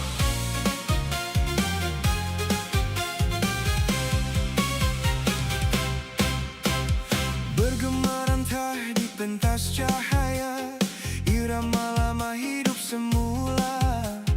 Dalam gemersik bunyi pusaka terukir jiwa bangsa. Gong berbunyi memanggil rasa, serundai lembut membuka cerita. Rentak zapin menyatu semua di bawah langit yang sama. Rentak warisan kita bergerak seiring masa. Tradisi takkan hilang selagi jiwa bernyawa. Bersatu dalam irama, langkah dan cita rasa. Dari akar budaya, Kita bangkit bersama.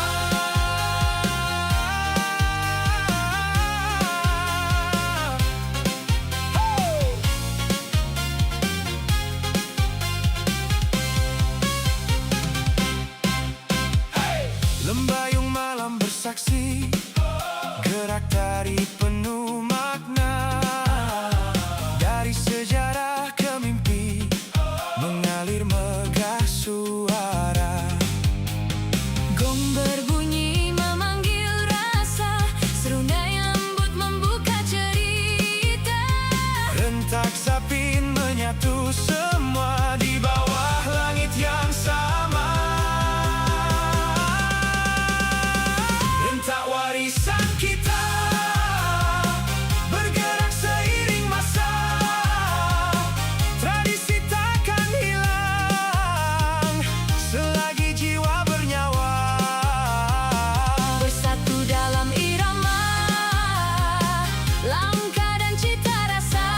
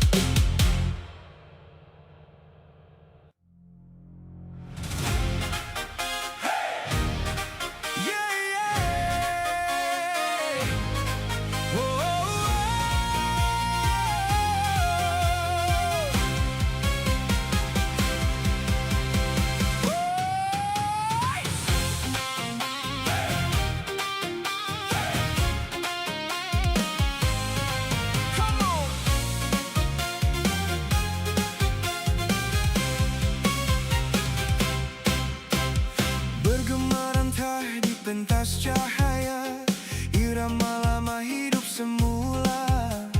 Dalam gemersik bunyi pusaka terukir jiwa bangsa. Gong berbunyi memanggil rasa, serunai lembut membuka cerita.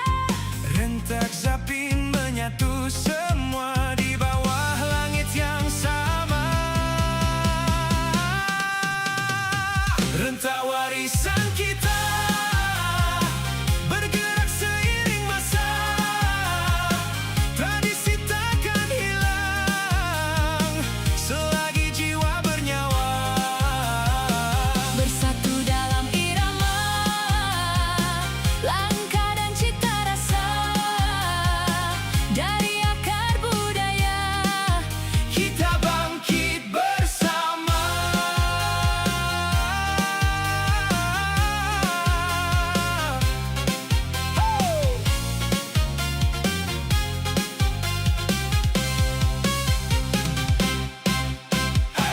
Lembayung malam bersaksi, gerak tari penuh makna.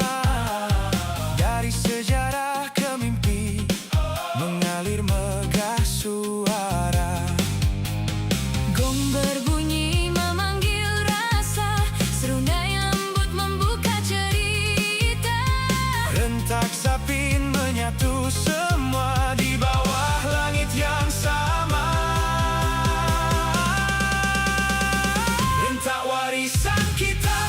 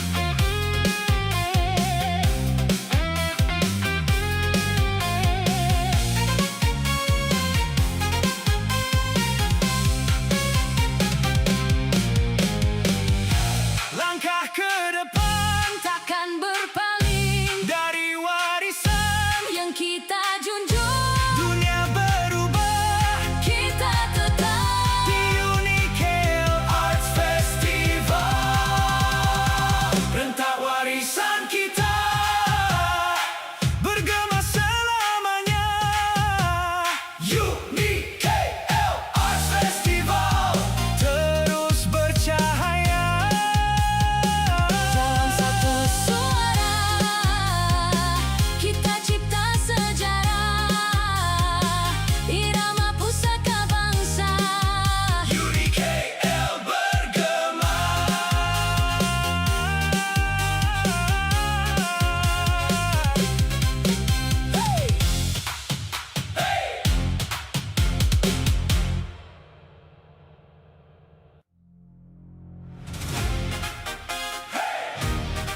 Yeah, yeah.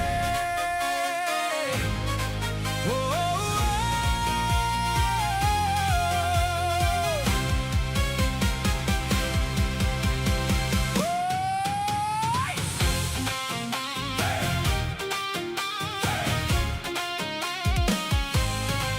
come on.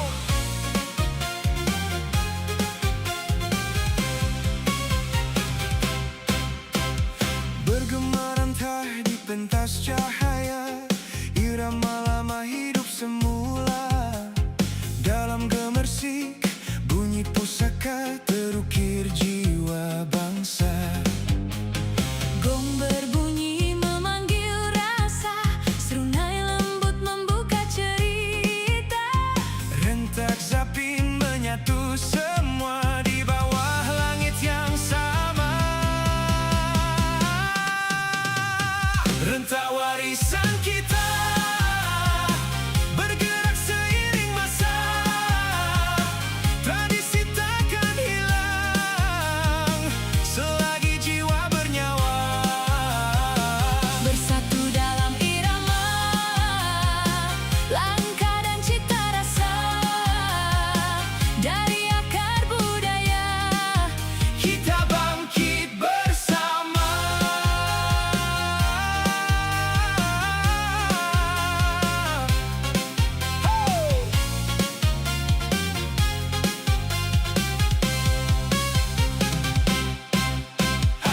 Lembayung malam bersaksi gerak tari penuh makna dari sejarah ke mimpi mengalir megah suara Gong berbunyi memanggil rasa serunai lembut membuka cerita rentak zapin menyatu semua di bawah langit yang sama rentak warisan kita bergerak seiring masa tradisi takkan hilang We are now ready to announce to the 6 finalists who will proceed to the final round.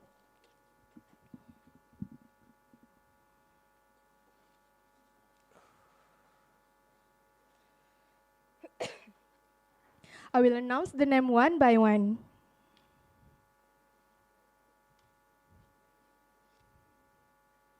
For the finalist number 1, we have Tanaka Mugadza from UniKL MIIT.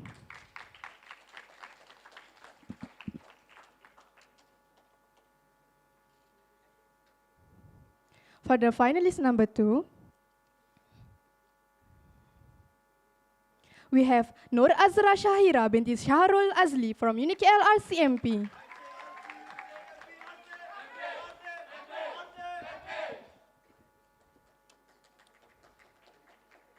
For the finalist number 3, we have Alak Hadrami Siddiqui bin Harizan from UniKL MSI. Sorry.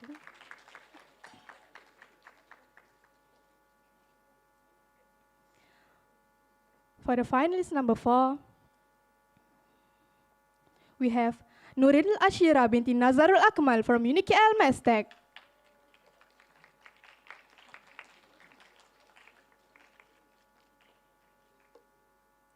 For the finalist number 5, we have Afif Badri bin Azlan Shah from UniKL MFI.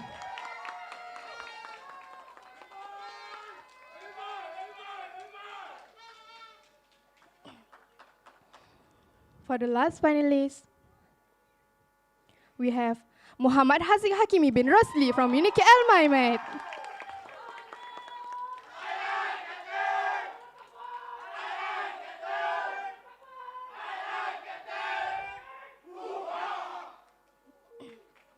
Congratulations to all 6 finalists. Ladies and gentlemen, let's give our finalists a high round of applause.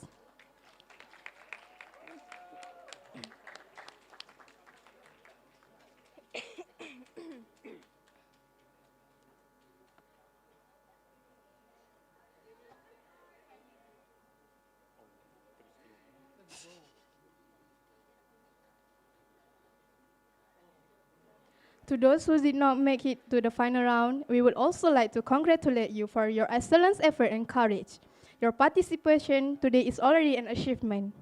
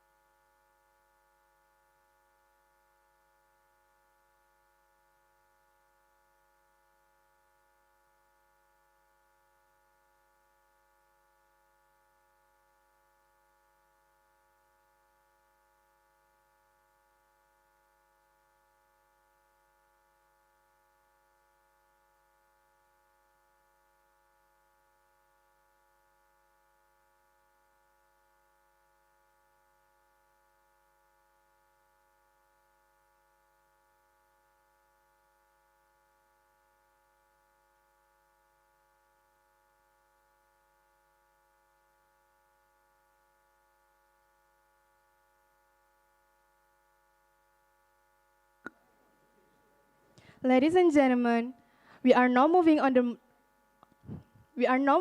the most exciting part of today's competition, the final round. Our 6 finalists are ready to take the stage once again.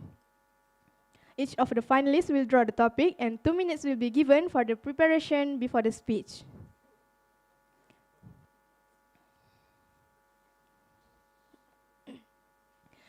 Our first finalist is Alak Hadrami Siddiqui bin Harizan from UniKL MSI.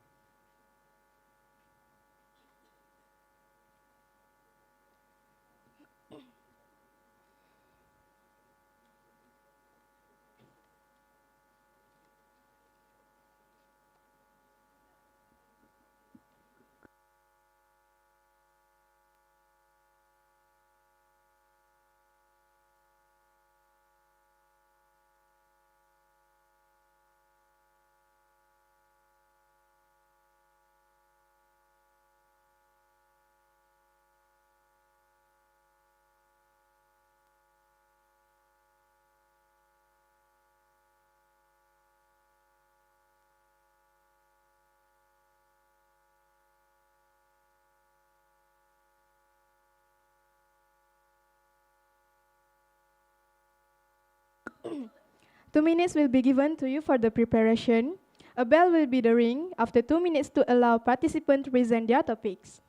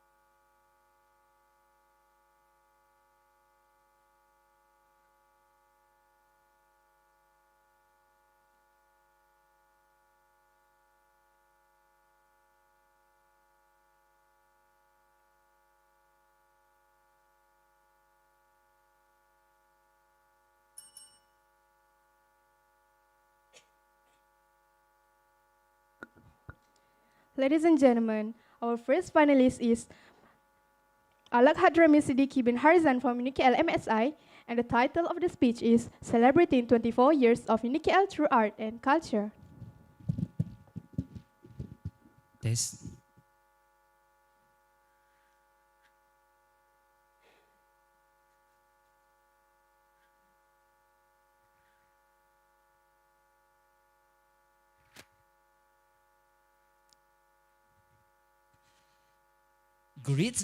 Greatness of nation is defined not by how fast we move forward, but about how our nation honors its truth.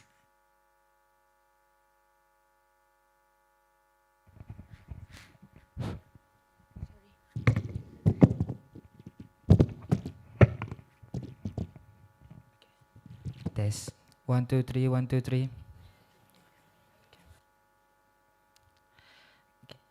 Greatness of nation is defined not about how fast we move forward, but about how our nation honors its roots.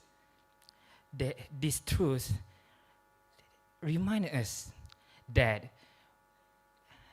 every landmark we achieve, every era we arrive, relies on one value that we have today.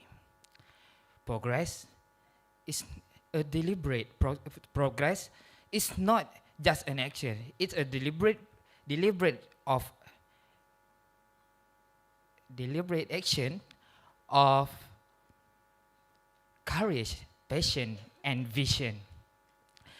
A very warm greeting to our panel of judges, respected lecturers, fellow contestants, and all of my beloved audiences. I am Ala Hadrami, and right here, you all is me again with my new topic, celebrating 24 years of UniKL anniversary through art and culture. Ladies and gentlemen, as we know, this competition, UniKL Art Festival 2026, is actually a competition of arts. We learn about some culture that actually we don't know about it before because we are from different origin. Someone come from Kedah, like me, and someone come from Perak, Johor, right here, and every other nation. To celebrating 24 years of UniKL anniversary, so we must do better in our competition, actually about art and culture. Just see how the dancer will dance Zapin. I don't know when. Maybe on the Saturday we can see it together. So we must express our happiness about this anniversary in this competition. Second, the diversity of our culture across UniKL. As we know, just like I said, that UniKL Art Festival is competing about arts and culture. So we know in Johor, and the dancer should dance Zapin. And if we in, I'm sorry, there's no Pulau Pinang, but it's okay. But in other nation, we must dance about other dance, like maybe we must do something.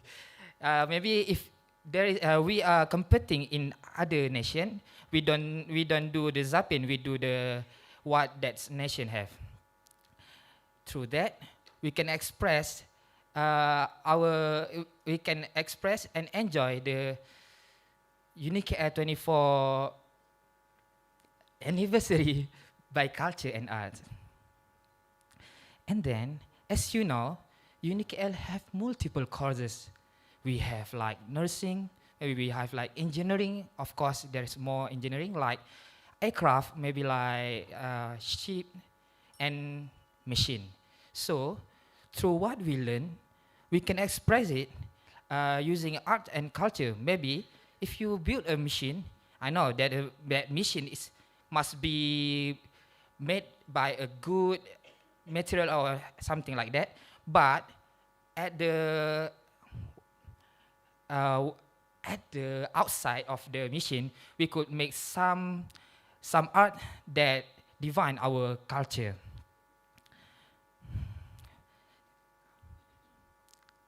Maybe just that from me. Preserving culture and art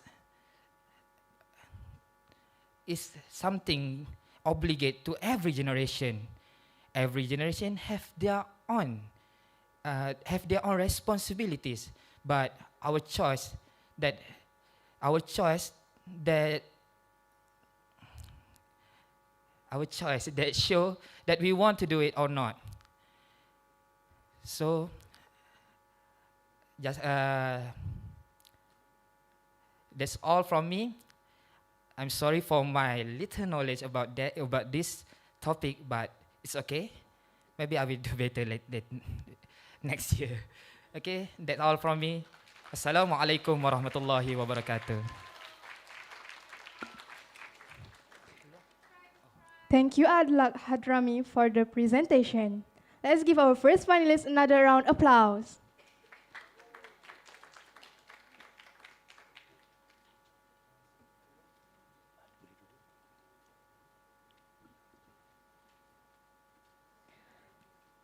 Moving on to our second finalist, please welcome Afif Batri bin Azlan Shah from UniKL MFI.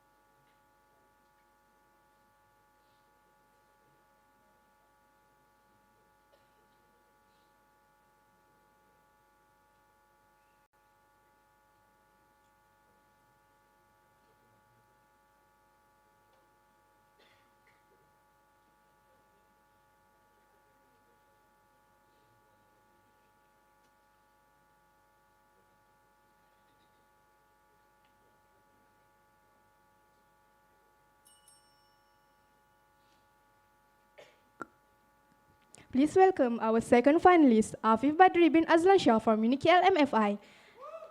And the title of the speech is Shaping Arts and Culture: 16 Years of Mara's Legacy.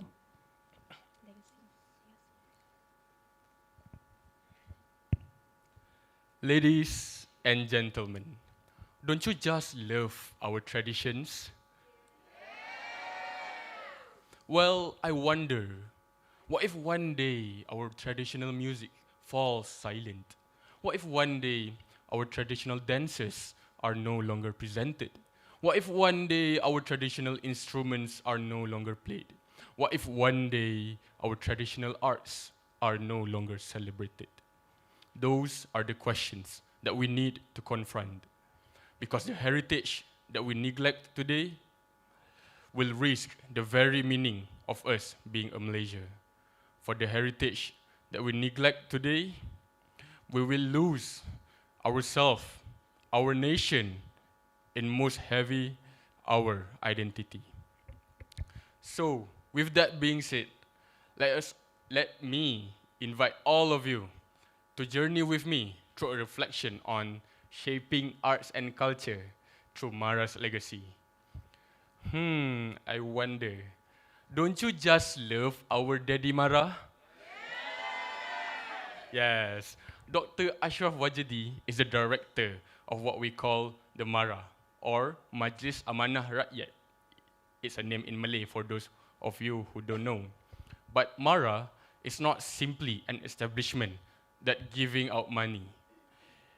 It's an establishment that invests in students like us, giving us nourishment such as in arts, science, technical skills, and many other industries seeking talent. Now, let me ask you, what if one day we will be free of financial restraint?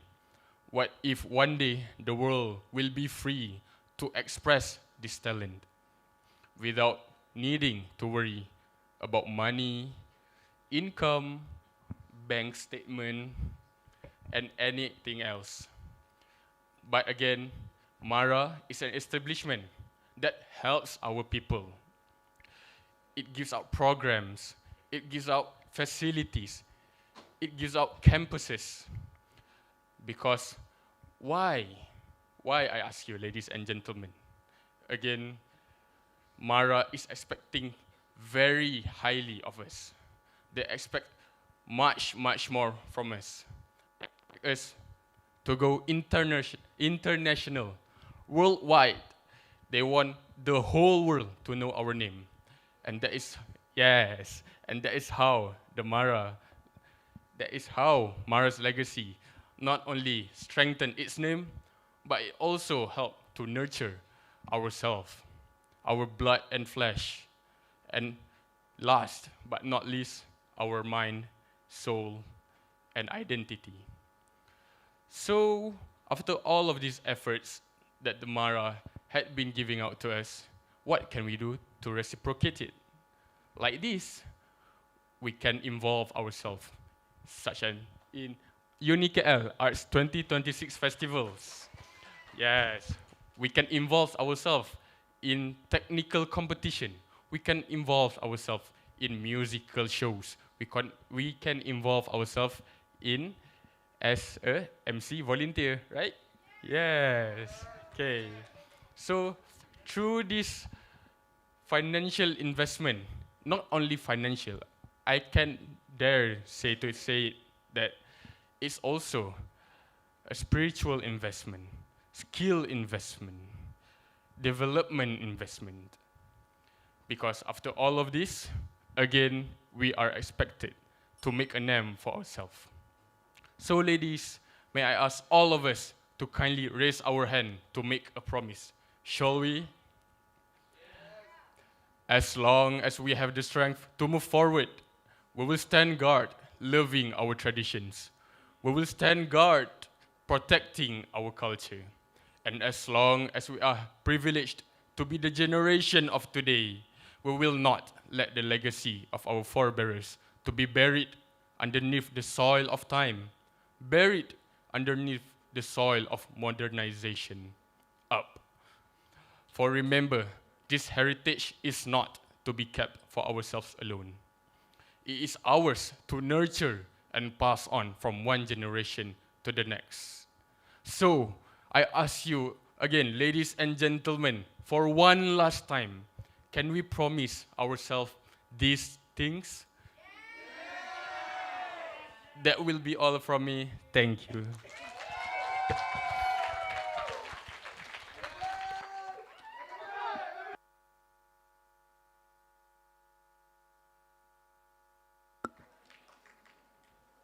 Thank you, Afif, for the presentation.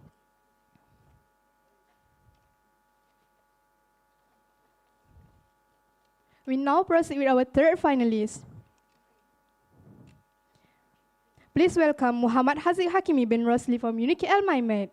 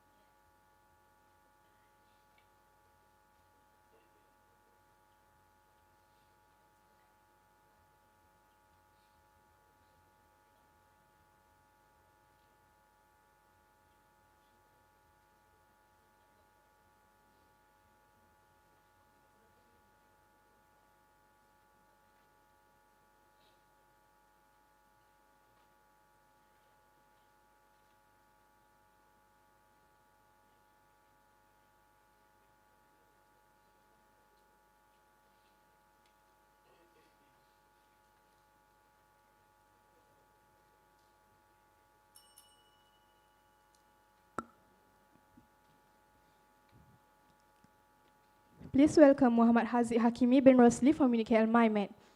And the title of the speech is Celebrating 24 Years of UniKL Through Art and Culture.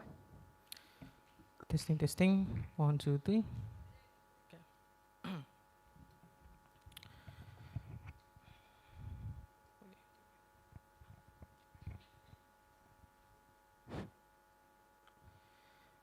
Assalamualaikum and good morning to my fellow judges, lecturers, and friends. University. What do we visualize when we hear the word university? Classrooms, laboratories, assignments, or projects? But what if I told you a university is more than just a place where we prepare for our career? What if I told you that a university is also a place where we build our character? Now, when we look at the topic of celebrating 24 years of UniKL through arts and culture, let us view University Kuala Lumpur not just as an institute of higher learning, but also as a place of character development. Now, why is this important? Why is this crucial, you may ask? I will give it to you in an analogy. Let's say I'm a marine engineer. I managed to pass all of my grades, and throughout my whole journey, I've been solely focused on technical knowledge. I don't have that much social skills, not that confident. And so I know how to build engines, maintain them, and also to repair them if anything happens. But along the way, I have a coworker of mine who thinks differently. He says A is wrong, B is correct, and C isn't even one of the options. So how am I, a marine engineer who solely focused on technical knowledge, am supposed to deal with a coworker as difficult as this? The answer is I cannot. And that is why arts and culture, especially the events that we participate in, is such a crucial activity in our development, not just as students, but as citizens of Malaysia. When we're doing a battle of the band, let's say, how do you win? Do you have to be the best singer, the best guitarist, or the best drummer? No. Individual talent will not allow you to win, my friend. The way you win is the synergy and symphony of the sounds that you make with your band members.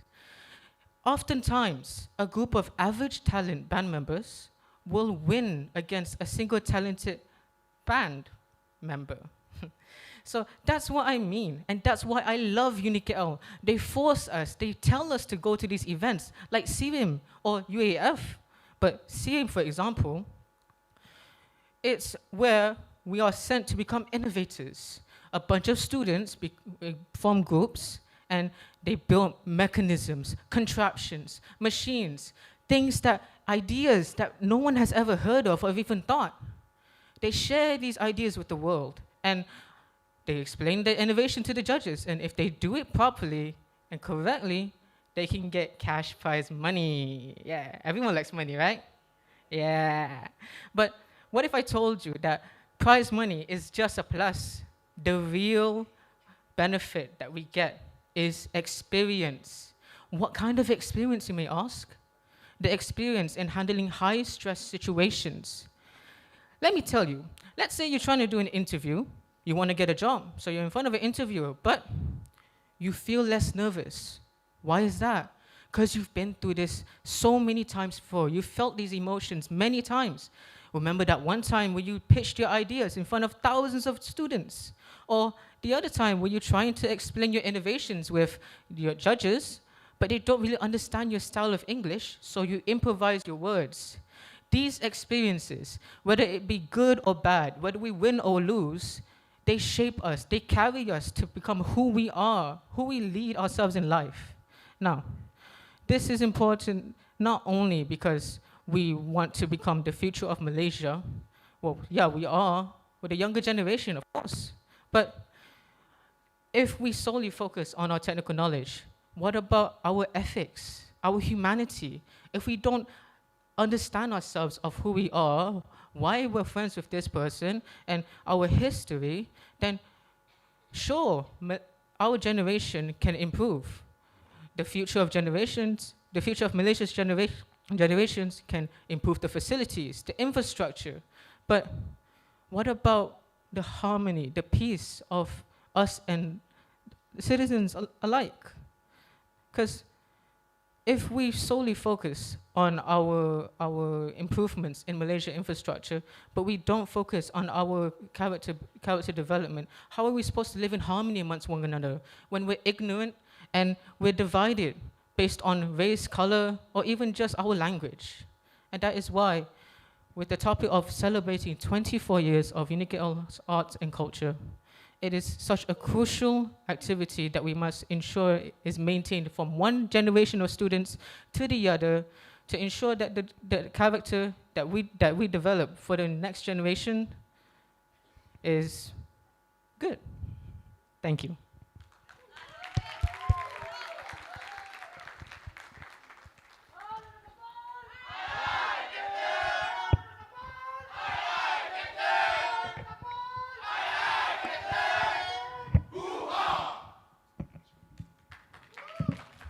Thank you, Hazli, for sharing your perspective with us.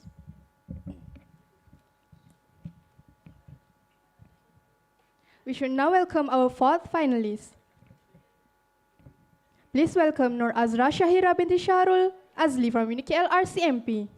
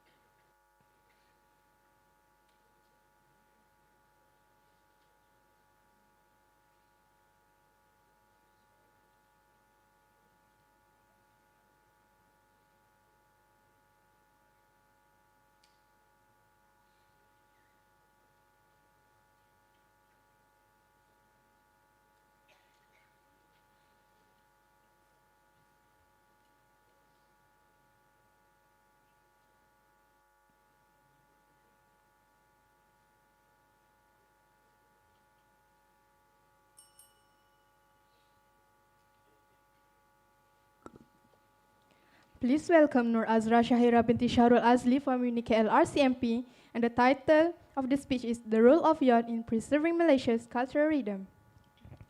Hey, ucapkan selamat hari raya dulu. Sounds familiar?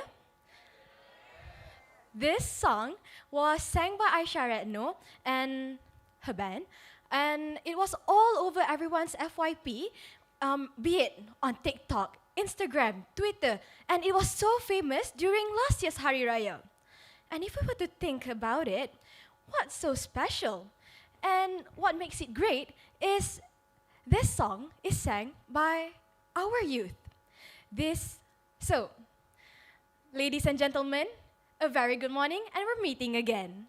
I am from RCMP, and today my topic of the day is the role of youth in preserving Malaysia's cultural rhythm. My first point of the day is why youth? Youth are the new trendsetters. If we were to think about it, when during our grandpa's era, there were hippies, there was 70s culture, and if we were to bring it into these days, they are no longer relevant. And the youth are who we are putting accounts to make our culture lively. And these youth have the knowledge to what attracts people from all across the globe to love our culture. My second point of the day is youth have knowledge to better broadcast, and makes our culture become known to everyone around the world. If we were to think about it, when we look at medias from, let's say, the late 90s, 80s, there weren't much being talked about. When during the old era, we weren't so clear what the color, the better sound, it wasn't really clicking into this current generation. But youth knowledge on how to broadcast and youth knowledge in making sure that our social media, our mass comm is really a great opportunity, and that is what makes youth an agent at making sure that our culture is well preserved. You know, we all have watched, actually I have this one quote that I really love from Professor John Keaton from the movie Oh Captain, My Captain. This is said by Robin Williams. Human is motivated by passion. Sure, medicine, law, engineering, business is all needed to sustain life. But it is beauty, poetry, romance, love is what makes us staying alive. And I relate to this quote so much because as a medical student myself, I have so much passion in fashion. And in fact, when I wanted to choose between medicine or fashion, I was literally torn because I have developed a profound love in fashion. And looking at how progressive the fashion is nowadays, I'm pretty sure that maybe one day I will pick up the time, the money, and I could, inshallah, have my own clothing line. You know, speaking about it, when I first got into arts, it's because me and my grandmother, we love drawing, painting, and creating arts together. However, when my grandmother passed away, I stopped picking up those brushes. I stopped drawing because reliving those memories were definitely painful. However, once I started picking up the brushes again, I started finding my passion again. You know, finally, I could feel me again. Therefore, ladies and gentlemen, before I step down, firstly, youth preserves culture by making sure that it stays relevant and it is incorporated in today's life. And secondly, youth preserves culture because they have the knowledge to make it better broadcast and known by the whole world. Well, that's all from me. Thank you for listening. Thank you.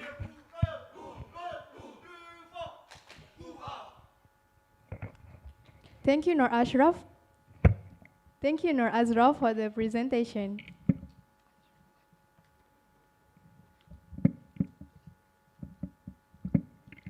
We are now moving on to our fifth finalist.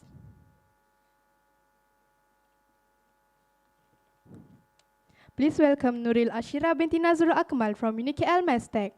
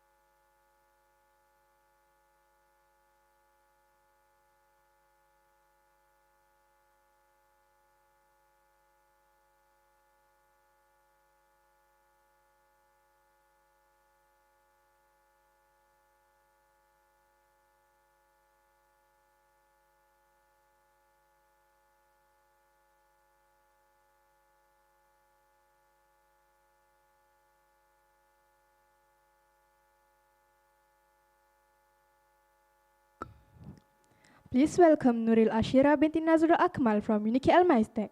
And the title of the speech is From Tradition to Modernity, the Evolution of Malaysian Arts.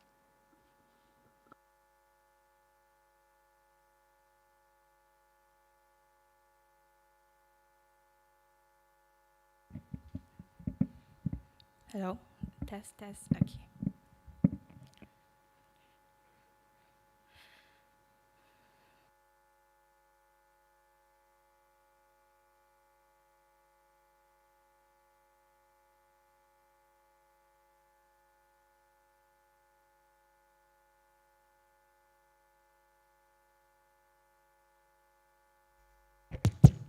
Hello?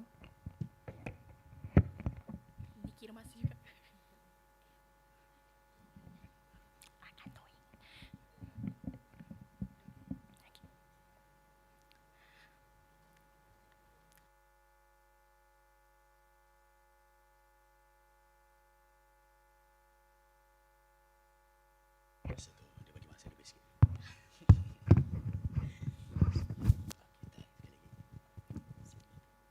Hello? Mana ya bunyi? Hello, test mic. Hello? Okay. Thank you. Thank God. From a seed to a sprout, from a sprout to a tree. That is what evolution means. From something as little as a seed became a big, mighty tree among the green forests. Not only trees experience evolution, but also our arts do go through the same phases of a tree, from as a little as just a tiny piece of paper to what we see now digitally on TVs like Agent Ali. I'm pretty sure we all know Agent Ali, right? Bobo Boy. Or if we want to go international, Marvels. You know, you guys know that, right? Yes, yes. See, arts evolve. It's what I want to say. And in a way, it's not only that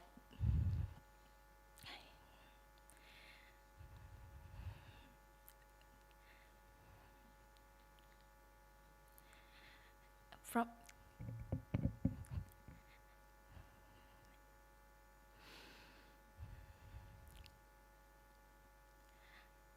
at first we saw the olden times we have this cartoon called Keluang Man. If we were to check online on YouTube, we see how, in a way it's poorly drawn. Yes, we all agree on that, yes? But now we see Agent Ali on screens. We see how good the animation is now that it evolves with technology. And so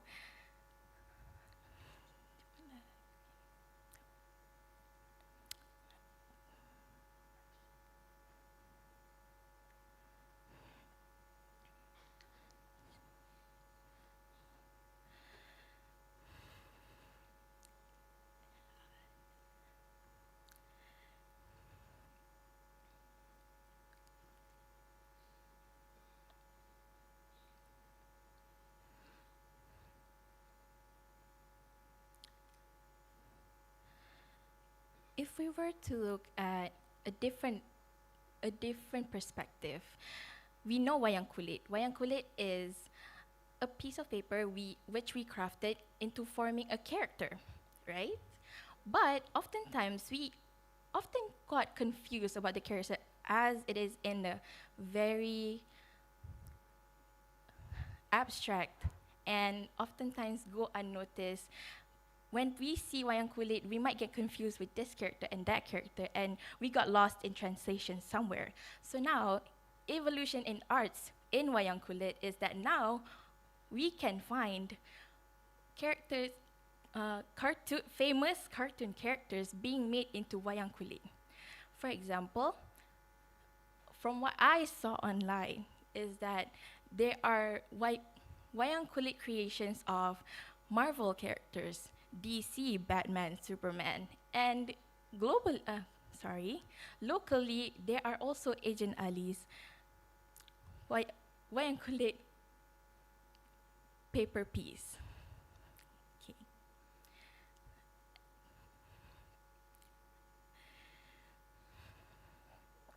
It's just that it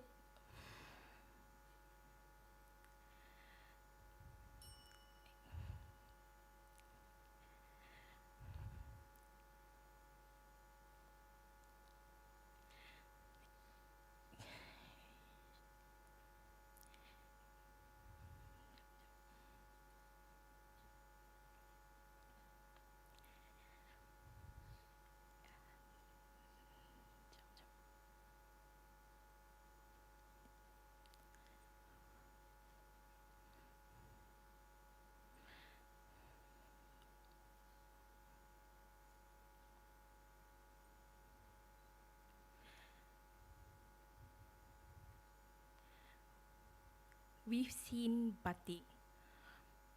As I mentioned before in my speech, batik is once primarily known as traditional garment we wore in only special occasions. But now we see batik everywhere. We see on teachers wearing it every Thursday. Right now, in this very hall, I see some of you guys wearing batik, even I myself wearing batik. But my form of batik is not the same ones you see in the olden times because they only keep the signature patterns, but they didn't make it in a traditional way with wax, specific fabrics needed for a batik. They only keep the signature patterns, making it recognizable amongst us, even though the basic that we know from the older times is no longer there.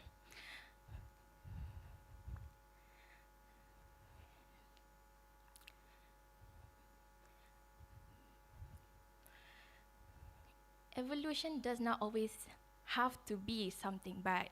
It can also be beneficial, even though we have to take away some parts of its long gone traditions by our ancestors. And with that, thank you.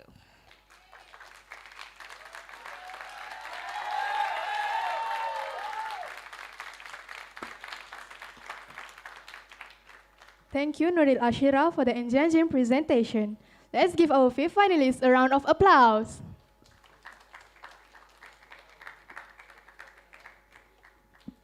And now, ladies and gentlemen, we have reached our sixth and final finalist. Please welcome Tanaka Mugaza from UniKL MIIT.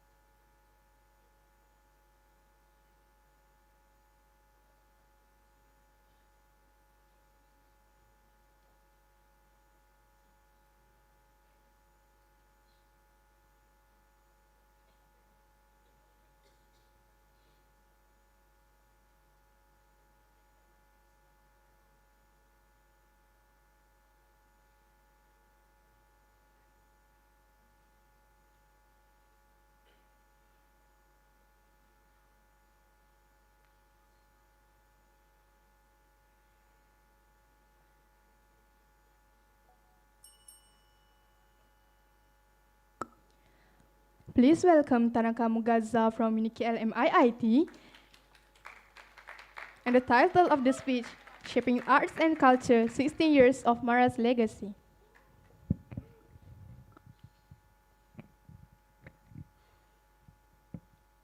I'd like you to close your eyes for a moment. I want you to imagine you're standing in the middle of a vibrant street in Penang. To your left, you hear the rhythmic beats of the Chinese lion dance drums. To your right, the vibrant energy of the Kompang.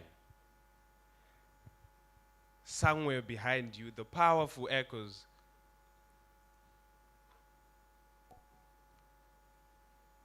of the Erhu and the Gusheng. Now open your eyes. Different sounds, different cultures, different heritages. And yet when all of them are played together, they do not make noise. They make a single sound. They make the sound of Malaysia. I remember my first time coming to Malaysia.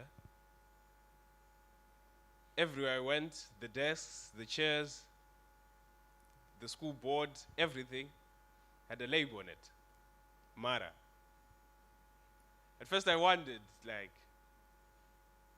what is this organization called Mara? And I might not know much about it, but I came to understand that Mara, through the years, has done some incredible things. It has done donations. It has helped the youth grow to where they are. It has helped shape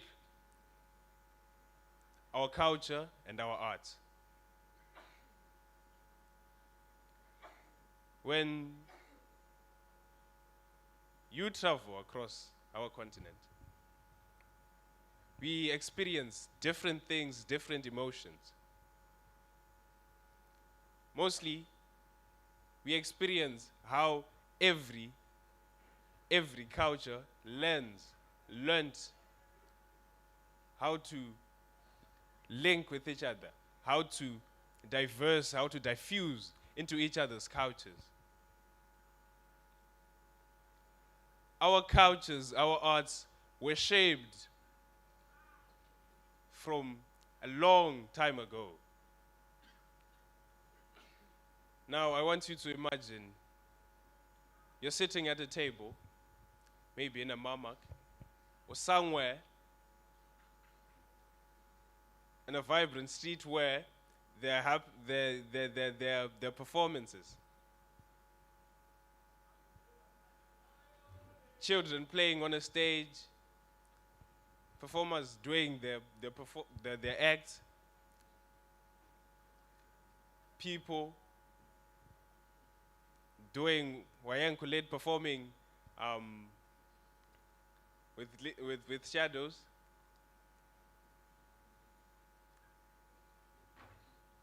This is where we learn that diversity is not tolerance. Because if we say we tolerate each other's cultures, when our cultures and our arts are meant to shape us, we are degrading ourselves, because tolerance is a very, very low bar. Because think of it, we tolerate bad weather, we tolerate a headache, but a rich culture, we cannot tolerate a rich culture, we celebrate it.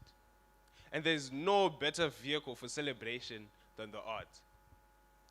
The arts become a universal translator. They bypass our intellect and speak directly to our soul.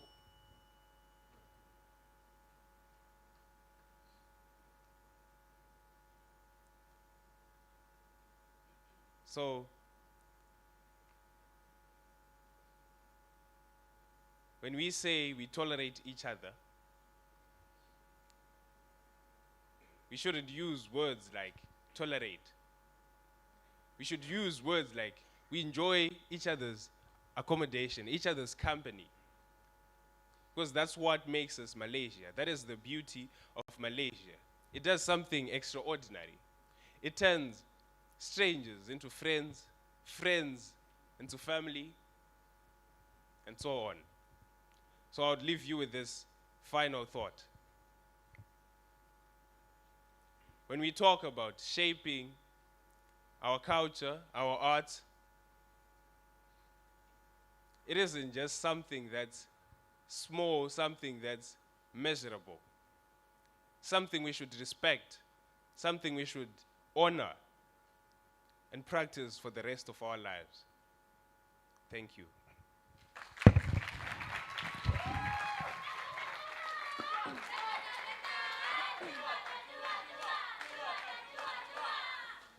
Thank you, Tanaka Mugaza, for the presentation.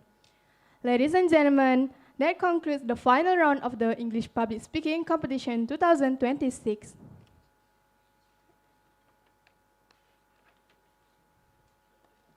Ladies and gentlemen, we have now witnessed 6 outstanding performances in the final round. Our judges will now deliberate and determine the final result. The competition has certainly been intense, and choosing the winner will not be an easy task.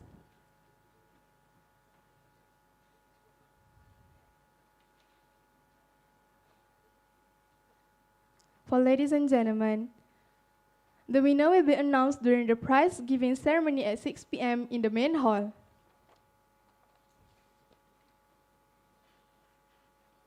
Ladies and gentlemen, as we come to the end of the English Public Speaking Competition 2026, we would like to express our sincere appreciation to everyone who has contributed to the success of today's event.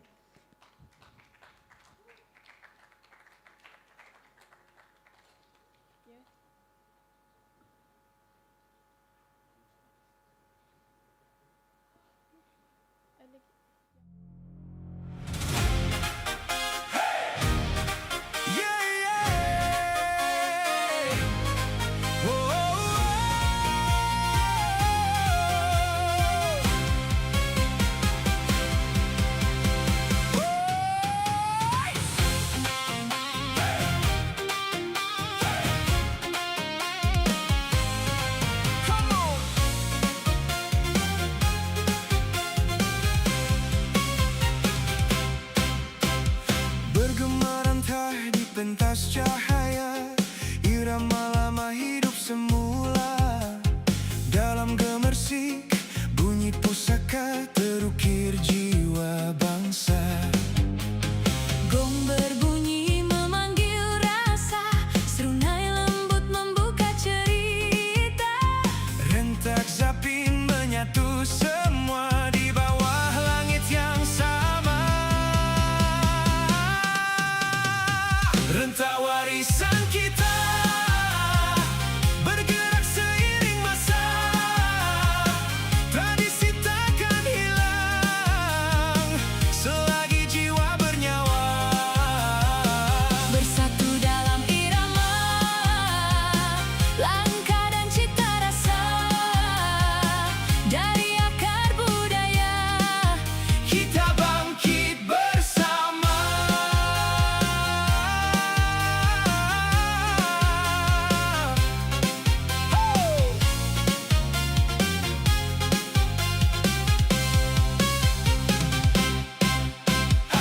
Lembayung malam bersaksi, gerak tari penuh makna. Dari sejarah ke mimpi, mengalir megah suara. gong ber